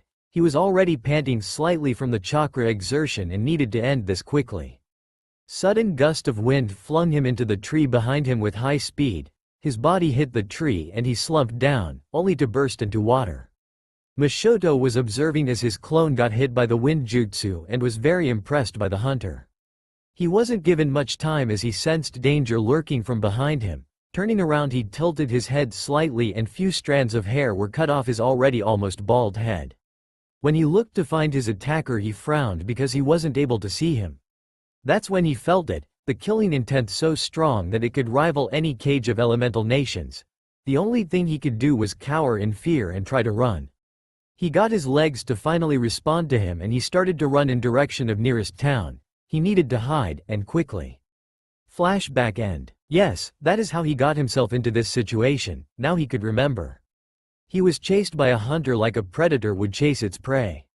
His train of thoughts was however interrupted as a blade of chakra burst from his chest. He could feel the life force that was his blood leaving him through the hole.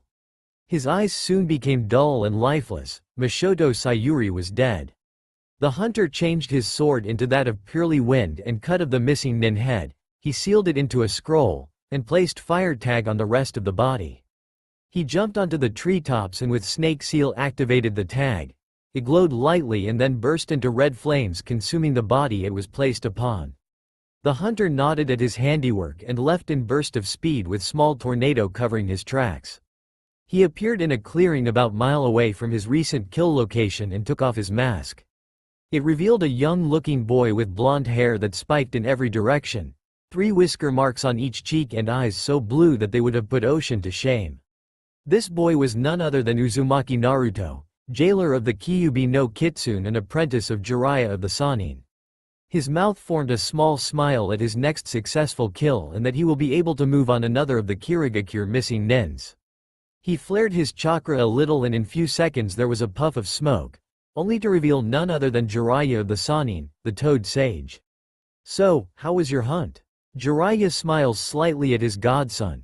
He could tell that Naruto warmed up to him a lot.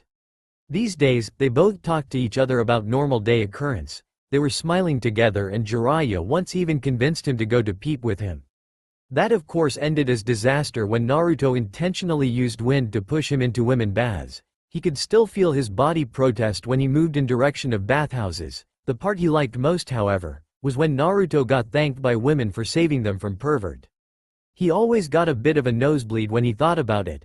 All the girls in bath allowed Naruto to stay with them as long as he didn't act perverted and even let him see some nice views. After that he couldn't find Naruto, so he went back to the camp.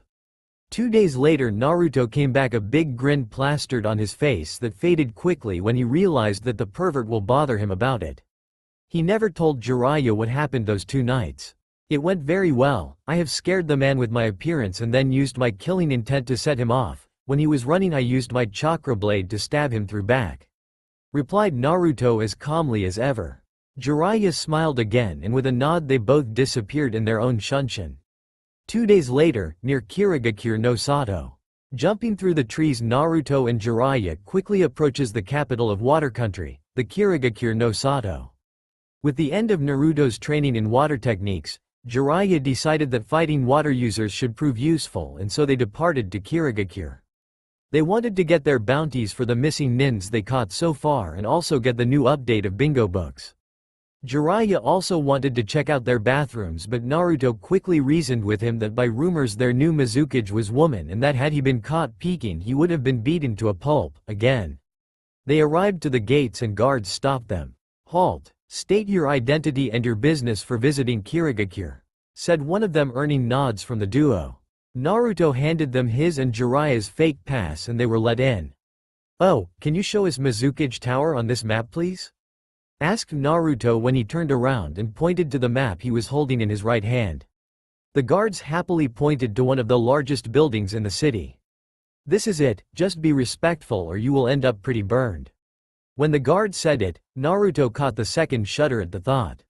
He thanked them and with Jiraiya continued on his way to the Mizukage Tower. They arrived to see building very familiar to that in Konoha, only with all shades of blue decorating it and big black kanji for water instead of fire. They have entered through the door and went over to secretary. After half an hour of bickering they finally got the audience with Mizukage and waited 30 minutes before allowed in. "What is it you need, strangers?" she asked in a tone that was so sweet but also held a warning to respect it. "We have come here to give you your missing nins and also get an updated bingo book," Naruto decided to respond. Her eyes widened slightly when she heard, "missing nins, they must be very skilled," she thought. "Okay, so who did you bring?" Her voice once again didn't betray anything and her sweet voice sounded dangerous. Jiraiya nodded to Naruto and he started to search his cloak. Mei could see his well-toned body even though it was hidden by his Enbu-style armor. Looking at his skin she could tell he was young, maybe 16, but his voice was very strong and she had no doubt that he killed those missing nins. He finally found what he was looking for and threw it to the awaiting Mei. She scanned to scroll and then slowly unrolled it. There were 10 insignias of Kirigakure and name to each of them. "I know it is not much but I have just now started to hunt missing nins from your village." Naruto spoke to Mei who calmly nodded. On the inside however she was in turmoil.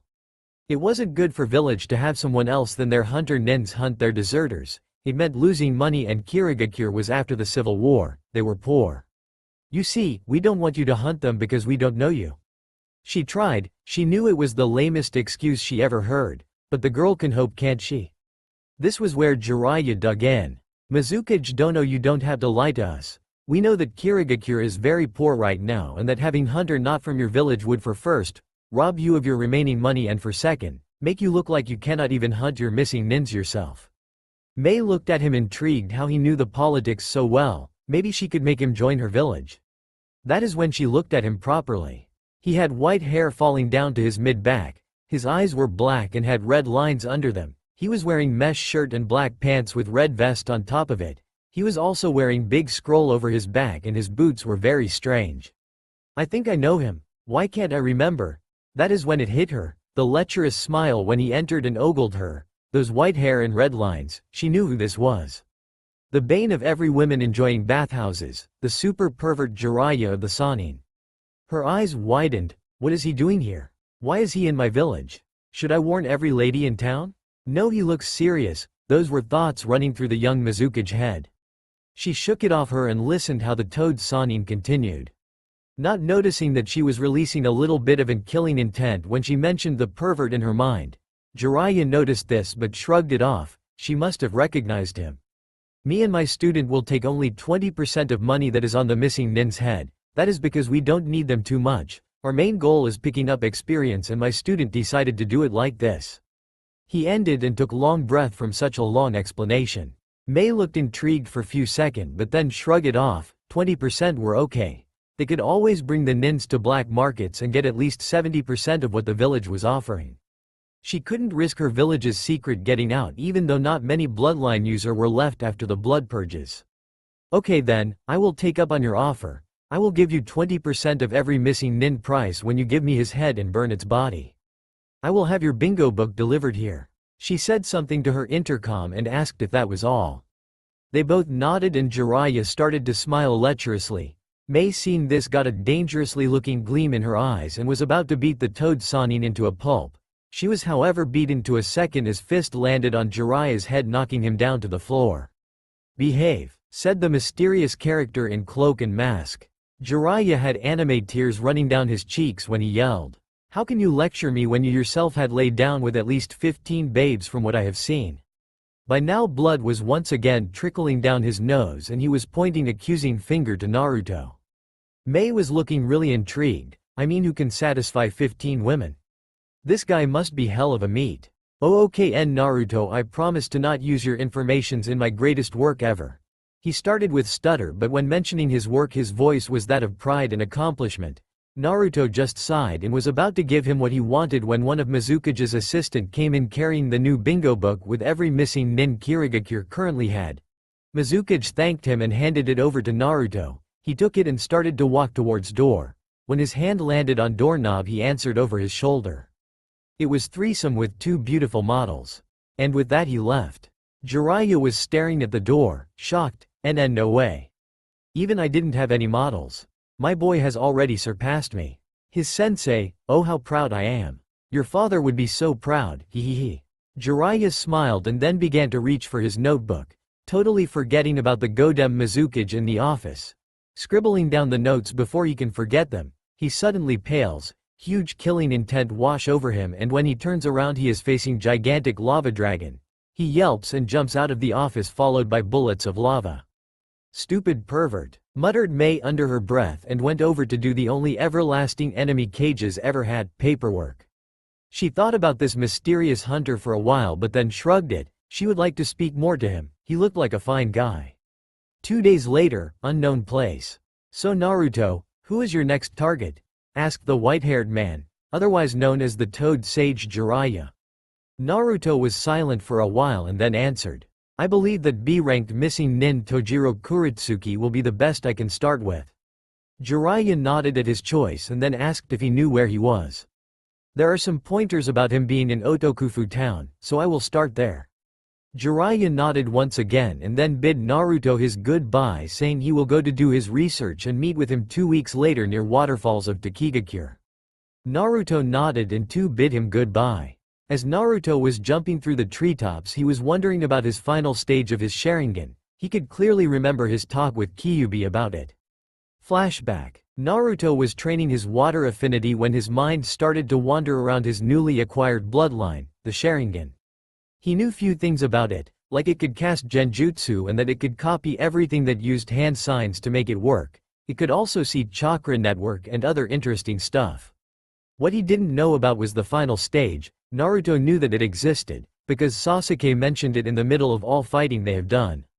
Hating to be left in dark about his abilities, he decided that it was in order to ask Kyuubi about it.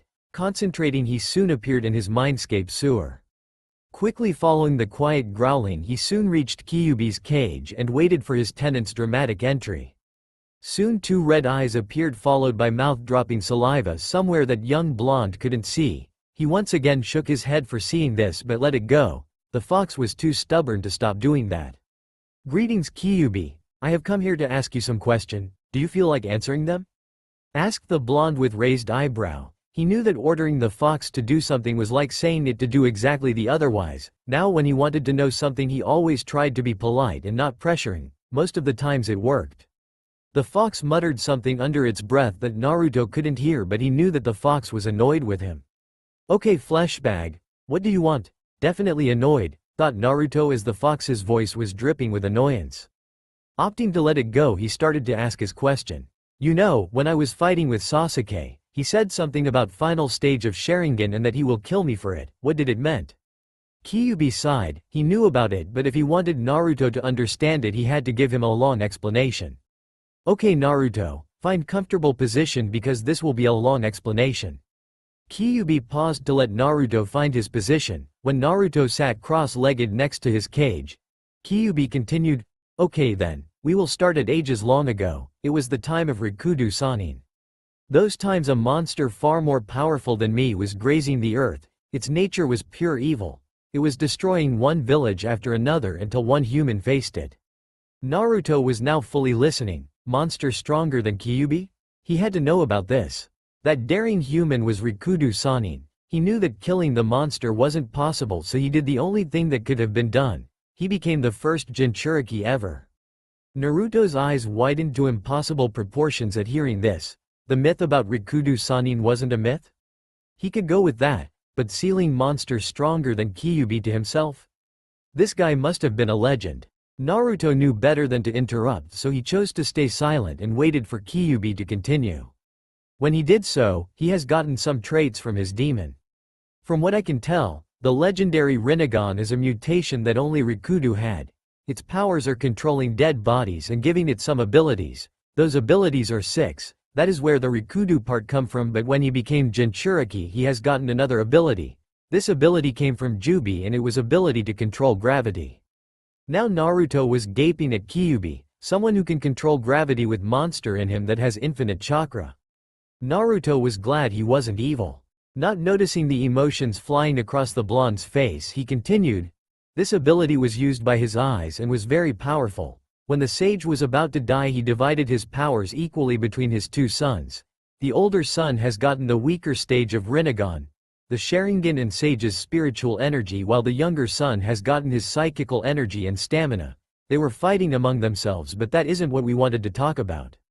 There was one last quest Rikudo had to do, and it was to take Jubi with him into his grave, but that was impossible. Jubi was just too strong to be killed. His only option was to cripple it. He let Naruto to contemplate on these information before continuing once again. Once he divided his powers to his sons, he used his remaining powers to divide Jubi into 9 parts, which you know as bijus, and then he sealed Jubi's consciousness and body into the moon. Naruto gaped at him. What the fuck was this human? He just didn't know, such power was unheard of. Now you ask, how does this connect to your Sharingan? Well, that is very easy. The same way Jubi's chakra granted control over the gravity to the Rikudo, my chakras has done as well, only it will start to appear randomly in your life. I believe that just as that Mangekyo form of Sharingan appears in stressing situation, so will your advanced level. Now go away, I have nothing more to tell you. And with that, Kyuubi once again disappeared into his cage. He could now call home, leaving Naruto with shocked expression. Naruto didn't know what to think about it. Controlling gravity. That was really powerful ability, but a welcomed one. It will help him in reaching his goals like all others abilities he had gained so far. With that in mind, he left his mindscape to further contemplate on his newfound capabilities. End of flashback. Arriving into the city, he was thinking about his options of hunting the missing nin. He decided. After 10 minutes he bit his thumb, drawing a little of blood. He went through 5 hand seals and whispered. Summoning jutsu. With that, lion, seas of Naruto, appeared sitting on all 4. His mane was pure gold and he had long scar going through his eyes. It looked like long since healed, and he used his eyes normally. What is it you need, Naruto? He spoke in a deep voice. The blonde smiled. In this town, he pointed over to the town before them, should be 1 Junin level chakra signature. Can you sense it? The lion looked at him and nodded. He was much better at tracking with his nose, but he could also sense chakra pretty good. He was a sensor in the pride. Closing his eyes in concentration, he started to feel the nature all around him. The trick was to feel nature around him and then distinguish the different but strong parts from it. After 5 minutes his eyes shot open and he turned over to Naruto. There are 5 Junin level chakra signature. 2 are nearly tied with water and the rest are closely tied with earth. Which do you want to track? Naruto opened Bingo Book and looked over to his target information. There it was, Water Affinity Weapon Expert, no bloodline. He created a clone and turned over to the lion. We will go after the water users. Tell my clone location of 1. The lion nodded and proceeded to do as he was ordered. When the clone was informed, he left in order to do his part. Naruto and lion, his name was Cho, left to go for the remaining chakra signature. Jumping through the rooftops, he and his animal partner couldn't find their target, until they stumbled across a man taking nap within the tree crown. They have both silently observed him and found out that he was missing nin from Kumogakure. Naruto shrugged. At least he won't have to find him when he starts with lighting missing nins. Creating clone, he wasn't about to make this long. His clone hanged into a beautiful woman he once saw and went over to the man who was still sleeping on the tree. Once he was just under the tree, he called out. Sir, you wouldn't want to catch an illness up there? She called in a sweet voice. The man's eyes opened and he got a bit of a nosebleed seeing the beauty before him. His face turned into a lecherous smile and he answered. Well, what is a beautiful girl like you doing here? I must use this to my own gain. The girl got scared and started to edge away, only for the missing nin to embrace her from behind, his appendage hitting into her thigh. Her scared face suddenly twisted into smirk, and last thing the missing nin heard were, boom. Geez, are all people pervert? I thought I will just wind him lightly and he dies within that explosion. Naruto said with a sweat drop. Cho thought the same, as he couldn't understand people. The lions in pride were governed by the strongest, but they have never forced themselves on their females. Proceeding with cutting and sealing head, he placed the fire tag on the rest of body and activated it, now to his real goal. His clone dispelled, confirming the place and identity of his target. He moved fast and noiseless, Arriving to the site, he noticed the man was walking through a clearing. Naruto, seeing that he was now in open, ordered Cho to stay hidden and await for further signals. Cho nodded and left. Hope this one will be a challenge, he thought. Forming his bow, he changed the chakra in the arrow to that of wind and prepared to unleash it. Having the perfect opportunity, he stretched the string and then let the arrow go in high speeds with wind amplifying it. Kiri Nin could only helplessly look as the arrow pierced his heart and he went down. Naruto up in the tree frowned. This was too easy. This guy's profile said he was dangerous and was soon to be promoted to A rank. Feeling the use of chakra, he was just in time to jump up in order to dodge 5 water bullets. Looking back, he could see the man in question with his hands forming another hand signs. Quickly looking for something to kawarimi with, he heard, water release. Water spikes. He changed his position with log just as it was pierced by 5 water spikes made of water from the first attack. Looking around, Naruto quickly formed 5 clones and sent them to the man in order to gauge him, while he formulated plan. After 1 minute, his clone was destroyed and sent him some memories of taijutsu fight. Naruto could say it wasn't much. His clone and the missing nin were fighting equally with taijutsu, and then the man used a water jutsu to destroy it. Naruto was using his weights, so close fight was an option. He however wanted to copy some of the water jutsus, so he opted to go with range fighting. He ordered 1 clone he saw to appear in the middle of clearing while he found opponent. The clone appeared in the middle of clearing, unleashing small amount of killing intent to make the man do brash decisions. Naruto, looking around, caught sight of hands moving. With his Sharingan he remembered the signs and then gauged the amount of used chakra. It was easily for a ranked technique. The killing intent must have really scared him. Water release. Great waterfall technique. The missing nin shouted, and out of a water left from previous techniques, great drilling whirlpool created, giving the clone no other choice than to face the technique head on. He was immediately dispelled from the force of it. Naruto processed his clone's memories and wanted to know more techniques. After all, this guy was well versed in ninjutsu, otherwise he sucked. Nodding over to another clone, he set himself into other tree to watch the show. Naruto's clone once again released his killing intent to make his opponent aware of its position.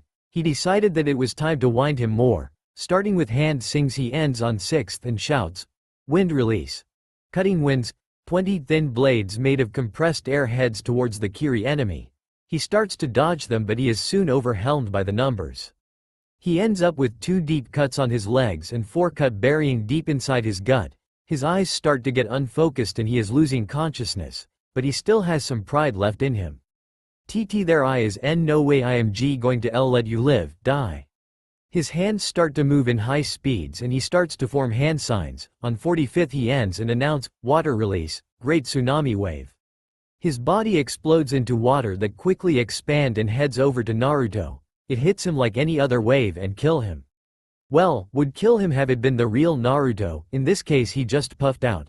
Naruto, seeing the attack, got a very good idea he might have used later. He was happy now. He has gotten 2 new A-ranked techniques and captured 2 missing nins.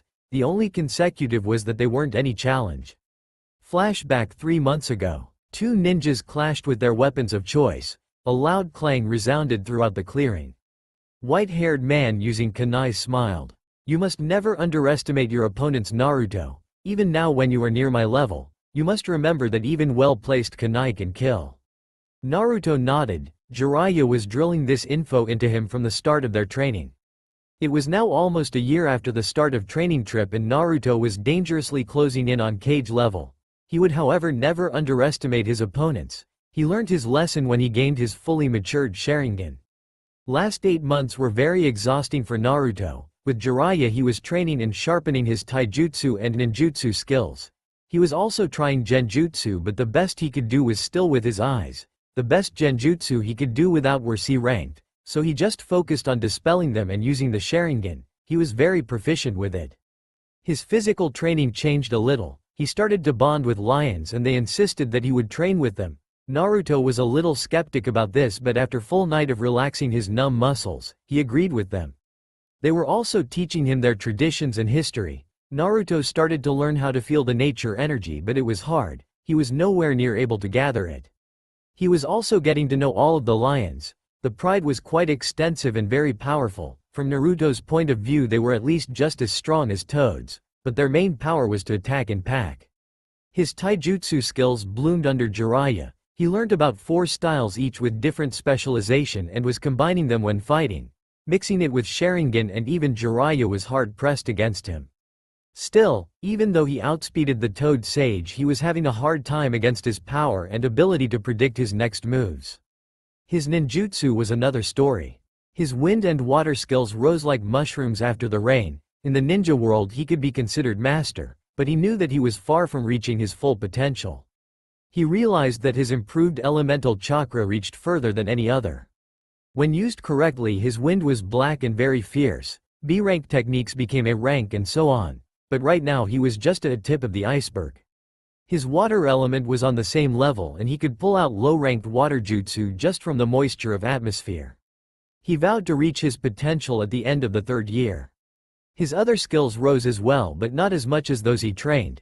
After all, even with multiple clone technique you cannot be everywhere. His train of thought was however interrupted as his summoning tattoo started to glow. In blink of an eye, he disappeared.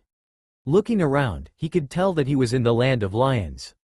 From his left, few lions were nodding at him and he nodded back. From his right, the lion boss approached him.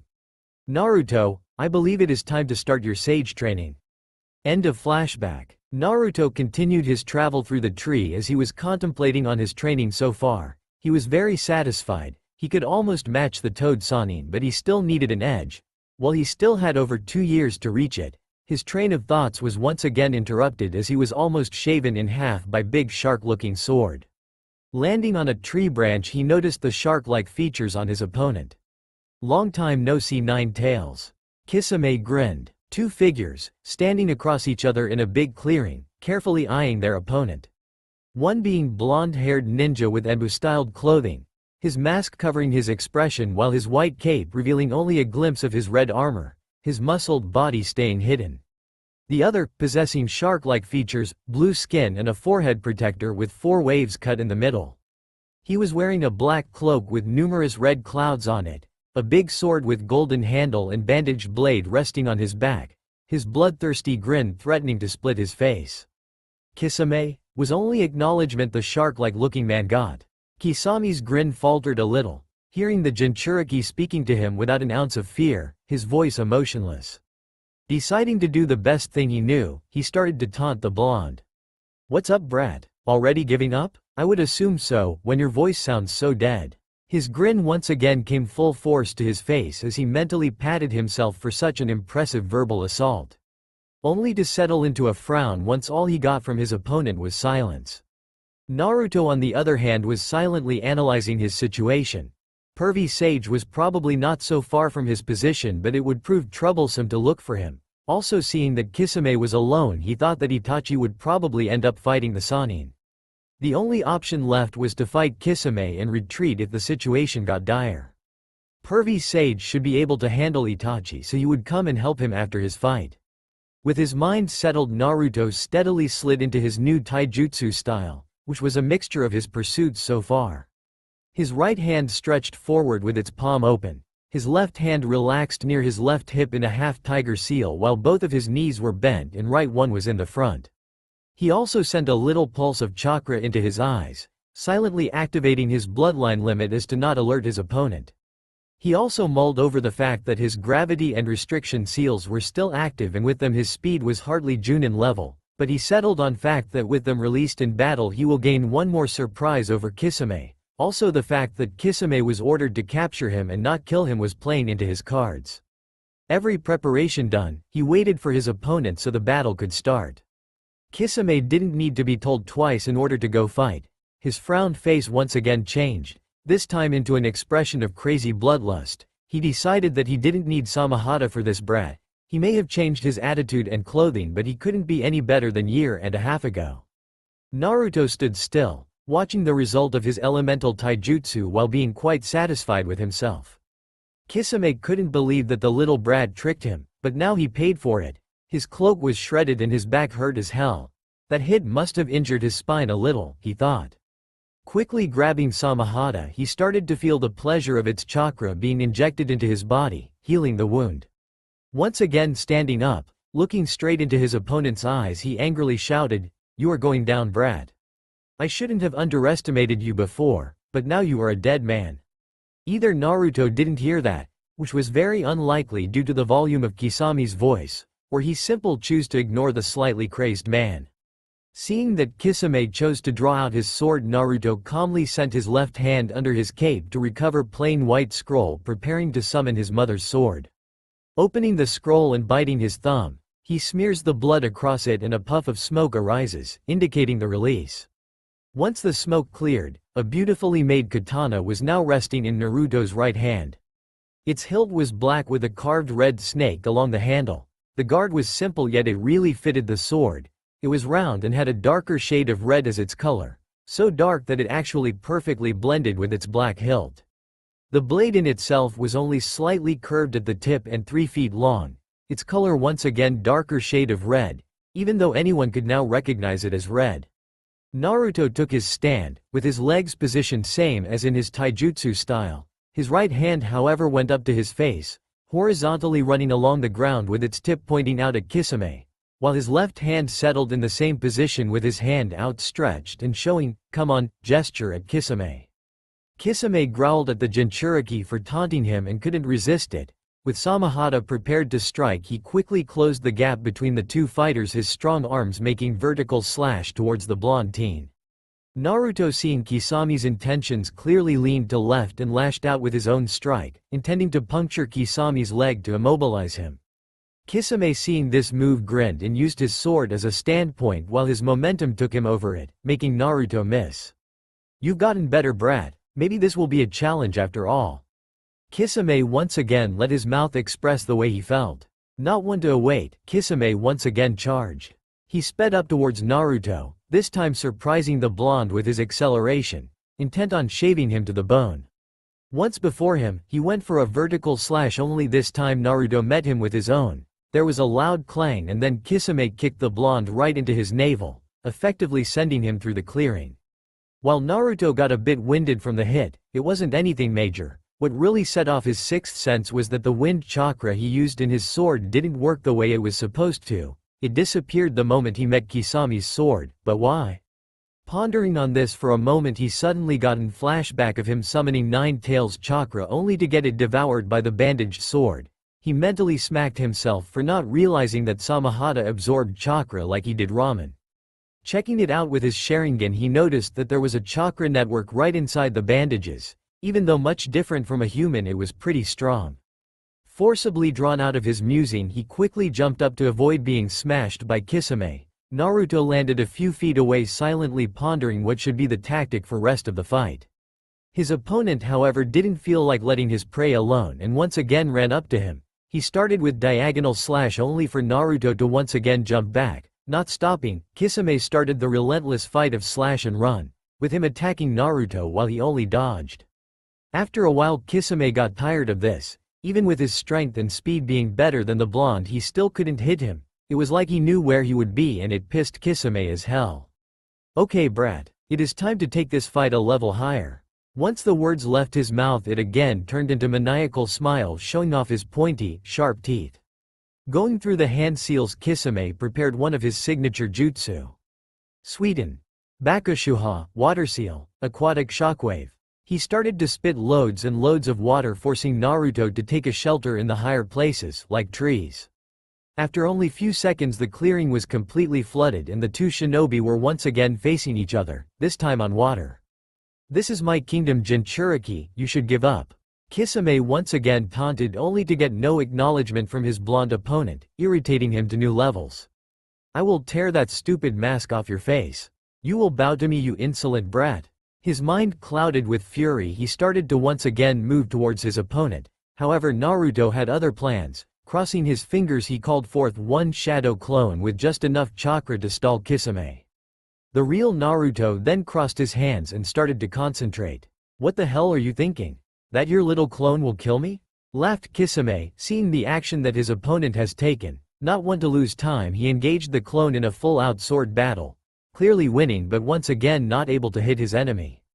Naruto, using the time his clone offered him, started to slowly release his gravity seal as to get used to the normal gravity, even if little. Once that was done, he undone his restriction seal and stretched his legs to get a feeling into them. Seeing that his clone was still holding albeit barely his hands rested in a tiger seal, Ninpo. Maizigakure no Jutsu. Camouflage concealment, his figure slowly disappearing from sight. Kisame attacked with his sword, swinging from left to right only for the elusive clone to once again escape. Getting really frustrated, Kisame runs through 5 hand signs quickly and a spear of water pierces the clone from behind, making him go out in smoke. Kisame started to frantically turn around looking for his opponent only to find the clearing submerged and water empty. "Where are you, brat? Ran away with your tail between your legs?" Once again Kisame taunted, trying to find out the hiding blonde as he knew that Naruto never gave up. Naruto, while hiding behind some trees that were exceptionally high, thought about some kind of plan. His opponent was very strong and he suspected that even with his now low cage level speed it would do little difference as Kisame was very good with his sword and getting near him would be suicide. Smiling to himself, he went through 20 hand signs and his hand landed right on top of his armor glowing blue with chakra. For a while intricate patterns appeared right where his hand touched only for them to disappear a second later. Kisame smirked, he felt the slight chakra spike a while ago and now knew that his opponent was nearby. Unfastening his light weights near his ankles he dropped them down, and let them flow down the small lake he created, now calmly waiting for his opponent to appear, a concentrated look alien to his face. Naruto crept up on Kisame from behind still using his jutsu, his sword poised to pierce his heart. He moved to strike, but he soon found himself eye to eye with Kisame who was once again smiling gleefully while his sword blocked Naruto from progressing any further. "Thought you could creep up on me, didn't you, brat?" Kisame shouted right into his face, only for Naruto to chuckle and spin around using his sword for a vertical strike. Kisame, seeing that he was too slow with his big sword, ducked under the hit and shot up with his leg, trying to hit Naruto into his stomach. Naruto, seeing this, smirked, and while it seemed as if Kisame was going to land a hit, Naruto turned into water. Kisame, seeing this, wrote it off as substitution with water clone, while not noticing a single paper slowly descending toward the bottom of lake. His intuition told him to jump and they were right, as if he wouldn't, his head would have been chopped off. Naruto, seeing that Kisame jumped, sealed his sword into a storage pattern on his right arm while quickly going through several hand seals. Fuuten. Daitopa, wind release, great breakthrough.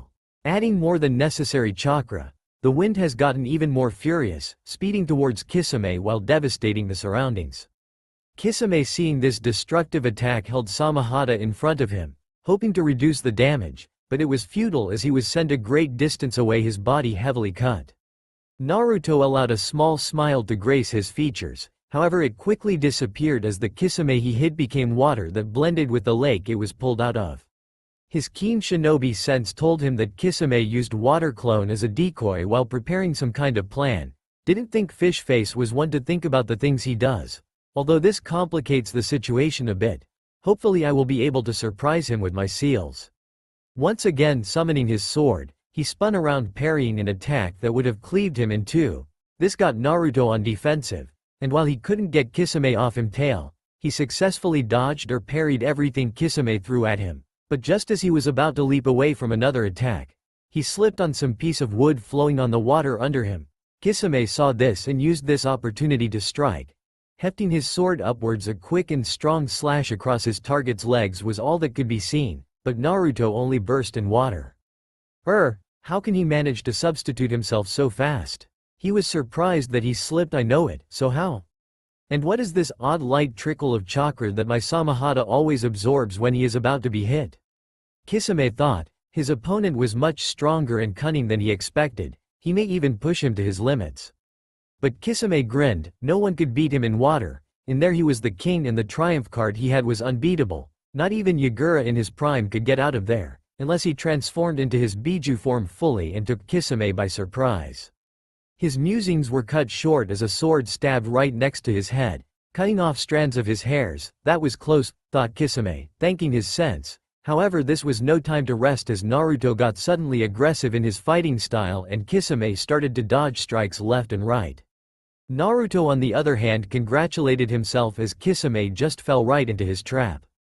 Naruto swung his sword horizontally across Kisame's midsection, only for him to duck, just as expected. Our blonde hero used the seals he has been inventing and substituted himself with water, leaving only a small paper to slowly descend towards the lake's surface. Kisame panicked as he saw the blonde disappear, but he grunted in pain right afterwards as through his hip came forth black sword. He quickly created a water clone and substituted himself. The damage wasn't small, but nothing Samahata couldn't really handle. The thing was that Kisame didn't know what the Jinchuriki did in order to get behind him. It was all a blur for him and he couldn't even sense him. What kind of tricks are you playing, Uzumaki Naruto? Kisame thought, the wound already healed, as it only took few seconds to fully stitch together. Naruto didn't waste his time. He didn't want his opponent to analyze his attack, so he formed his favorite hand seals. Kage Bunshin no Jutsu, Shadow Clone Technique. 10 clones appeared by his side and circled Kisame. Naruto made a mental check. Only 5 more seals left. I couldn't do more because they are pretty hard to inscribe. I have to use them wisely and try to defeat Kisame with this move. Otherwise it could become really bloody if he figures them out. The clones of Naruto tensed as did Kisame. In one moment everything was blur for a normal civilian bystander. But from the ninja point of view, Naruto's charged at Kisame. Our blue-haired shinobi didn't waste any time and with 3 hand seals unleashed 4 undetected sharks right at the clones' backs. 3 of them died, but one managed to escape and bite right through one Naruto that burst into smoke. Kisame cursed at his misfortune. And due to close proximity of the clones had no other option than to fight them with taijutsu. He smirked as an idea came up to his mind. Dropping into a stance he started to spin and the water surrounded him in a whirlwind. Even though the clones had Sharingans, this happened way too fast and only 3 of them could dodge this powerful defense. Once Kisame dropped his shield, he blocked a diagonal strike across his chest with Samahata, but had to quickly jump up as another sword came after his legs. He couldn't really sigh in relief as his arm induced with water chakra blocked another sword aimed at his head. His eyes widened as he felt wind once again on his back propelling him towards water in high speeds. As 4th Naruto was standing right behind him with wind-powered palm. Although Naruto expected it, he still narrowed his eyes when Kisame once again turned into water. This fight was prolonging and when Kisame shutted his trap and started to concentrate he was hard to hit. One Naruto ducked only for the second to get his head cleaved off by Samahata. The remaining 3 clones jumped back and formed a triangle formation. Naruto gritted his teeth. Even though the clones were not really taking anything out of him, he wanted to at least wind Kisame with them. As every wasted chakra could mean his end later, he once again focused on his opponent and soon thought up a plan. His mind working over time, he propelled himself with wind chakra against Kisame. The blue man was surprised by this but quickly shot up his sword up to his defense. Once again engaging the man in sword fight, he let his clones watch and use any opportunity to step into the fight and kill Kisame. Meanwhile Naruto was having upper hand in his fight. Even though Kisame was more experienced fighter, he couldn't match Naruto's speed and prediction abilities. So everything he could do was dodge and parry, which was slowly wearing him out, as dragging his big sword around was such a hard work. After few seconds Kisame got lost in their sword fight. Naruto of course didn't think anything of honor. He was a ninja, so backstabbing was on daily plan for him. His clones used the distraction their original created and moved in for the kill. The swift jab by left one Kisame noticed, but he couldn't do any more than to once again parry it. But that is just what Naruto wanted. Using his other clone he simultaneously attacked from both sides and pierced Kisame right through the stomach. Kisame cried out when he felt the pain in his stomach. He wasn't wounded this much a very long time. He had to get serious or this Jinchuriki might even kill him. He snarled and while doing it, spat out globs of blood. He let his chakra violently lash out and with his high affinity to water it turned out into big water shockwave that blew Naruto away and popped his clones out of existence. Naruto looked satisfied with his work. He knew that it wasn't honorable to stab Kisame like this. But ninjas weren't samurais and killing targets with subtlety was their primary goal. He didn't know if Kisame was able to get out of this, but he was still prepared for whatever could the Akatsuki member offer. His sharp eyes locked onto Kisame's mangled body and he slowly started to approach him, ready to kill the blue-faced man. "Yes, that is right. Come right into my trap, you blonde idiot," Kisame mentally chuckled while Samahata healed everything but superficial injuries as to not let anything known on the outside. He was surprised. He had to admit that the blonde shinobi has been anything but what he expected him to be. His speed and strength were cage level for sure and his intelligence was something he couldn't defeat. But still Kisame was S-ranked shinobi, he didn't lose, he will win, it just took more time. When Naruto was close enough, he felt a large chakra spike. Even though he was on high alert, he didn't see this coming. A giant man with shard features grabbed him by his ankles and dragged underwater. The last thing he saw above the surface was the water that fell out of Kisame's clone. Kisame smiled, he got the blonde underwater and it was over. Nobody could beat him here. He swung his tail, intending to pierce the Jinchuriki through stomach and drain all of his remaining chakra. Only for that damned water to once again substitute for the blonde. This couldn't be his work. He shouldn't be able to notice him in the water. That is when he saw the note, the small paper that explained everything and nothing at the same time. He could only guess that it was some kind of substitution that was automatically controlled, but by what? Samahata answered for himself, the chakra that his sword absorbed. It must have been some kind of barrier, a sensor that told its central about any breaches.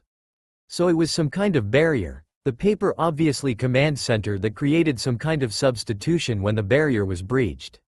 Kisame smirked in victory.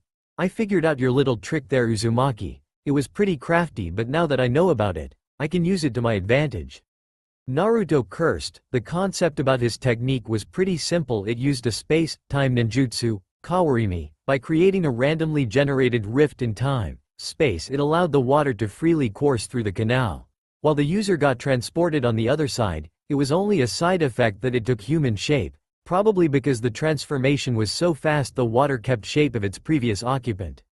The seal that was placed on his chest being some kind of mastermind that started the process every time the barrier got breached. Simple in theory yet pretty usable in fight, but now that Kisame knew about it he couldn't use it anymore, as even he didn't know where he would appear, only that it was in 10-meter radius around the seal, and Kisame could easily use this to his advantage. Now you have nowhere to run, my prey, spoke Kisame, being sure that no one could best him inside his ultimate water technique. What is he talking about? I can easily swim away, thought Naruto, not understanding what Kisame was talking about.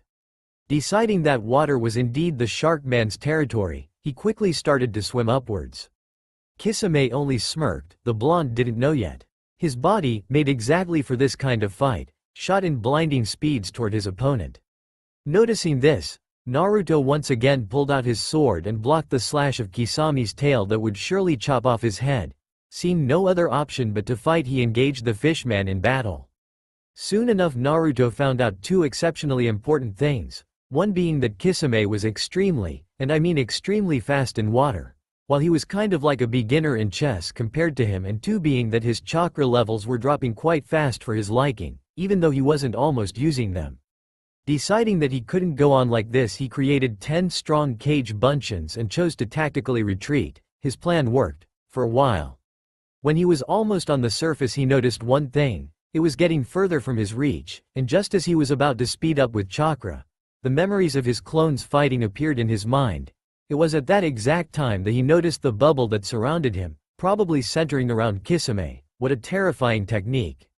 Kisame, now fed with his target's chakra, easily caught up to him, his wicked grin never leaving his face. Not so strong now, Nine Tails? He somehow spoke through the water. Even though the distortion of his voice was obvious, Naruto could hear it. Naruto, quite tired by now because of the suction of his chakra, started to think rapidly. He didn't have many choices. Either Jiraiya saved him, or he saved himself, but how? His chakra levels were so low he couldn't use high-ranked ninjutsu. Don't forget about me, Ninjin. A voice growled from the back of his mind. Kyuubi has been watching this fight, and although faintly impressed he saw that his container was about to lose. Borrow my chakra, and use it to rip this man. Not waiting for his container to agree, Kyuubi himself forced his chakra upon the Jinchuriki. Naruto could feel it, the power that came in the form of red chakra. He could also feel the bloodlust, the crazed want to taste blood, but he could still control himself. The water around him sucked the chakra out, but his output was enormous. Closing his eyes just for one moment, he remembered Ero Sanin. Forgive me for using this, there is no other way, and with that thought his eyes snapped open, those blood-red eyes with slitted pupils and 3 black tomos, his hands forming hand seals in newfound speeds. Kisame seeing this was not about to let him attack, but he was too slow, not being able to get to his opponent before he finished. That's all for my now. If you enjoy then please like share and do comments.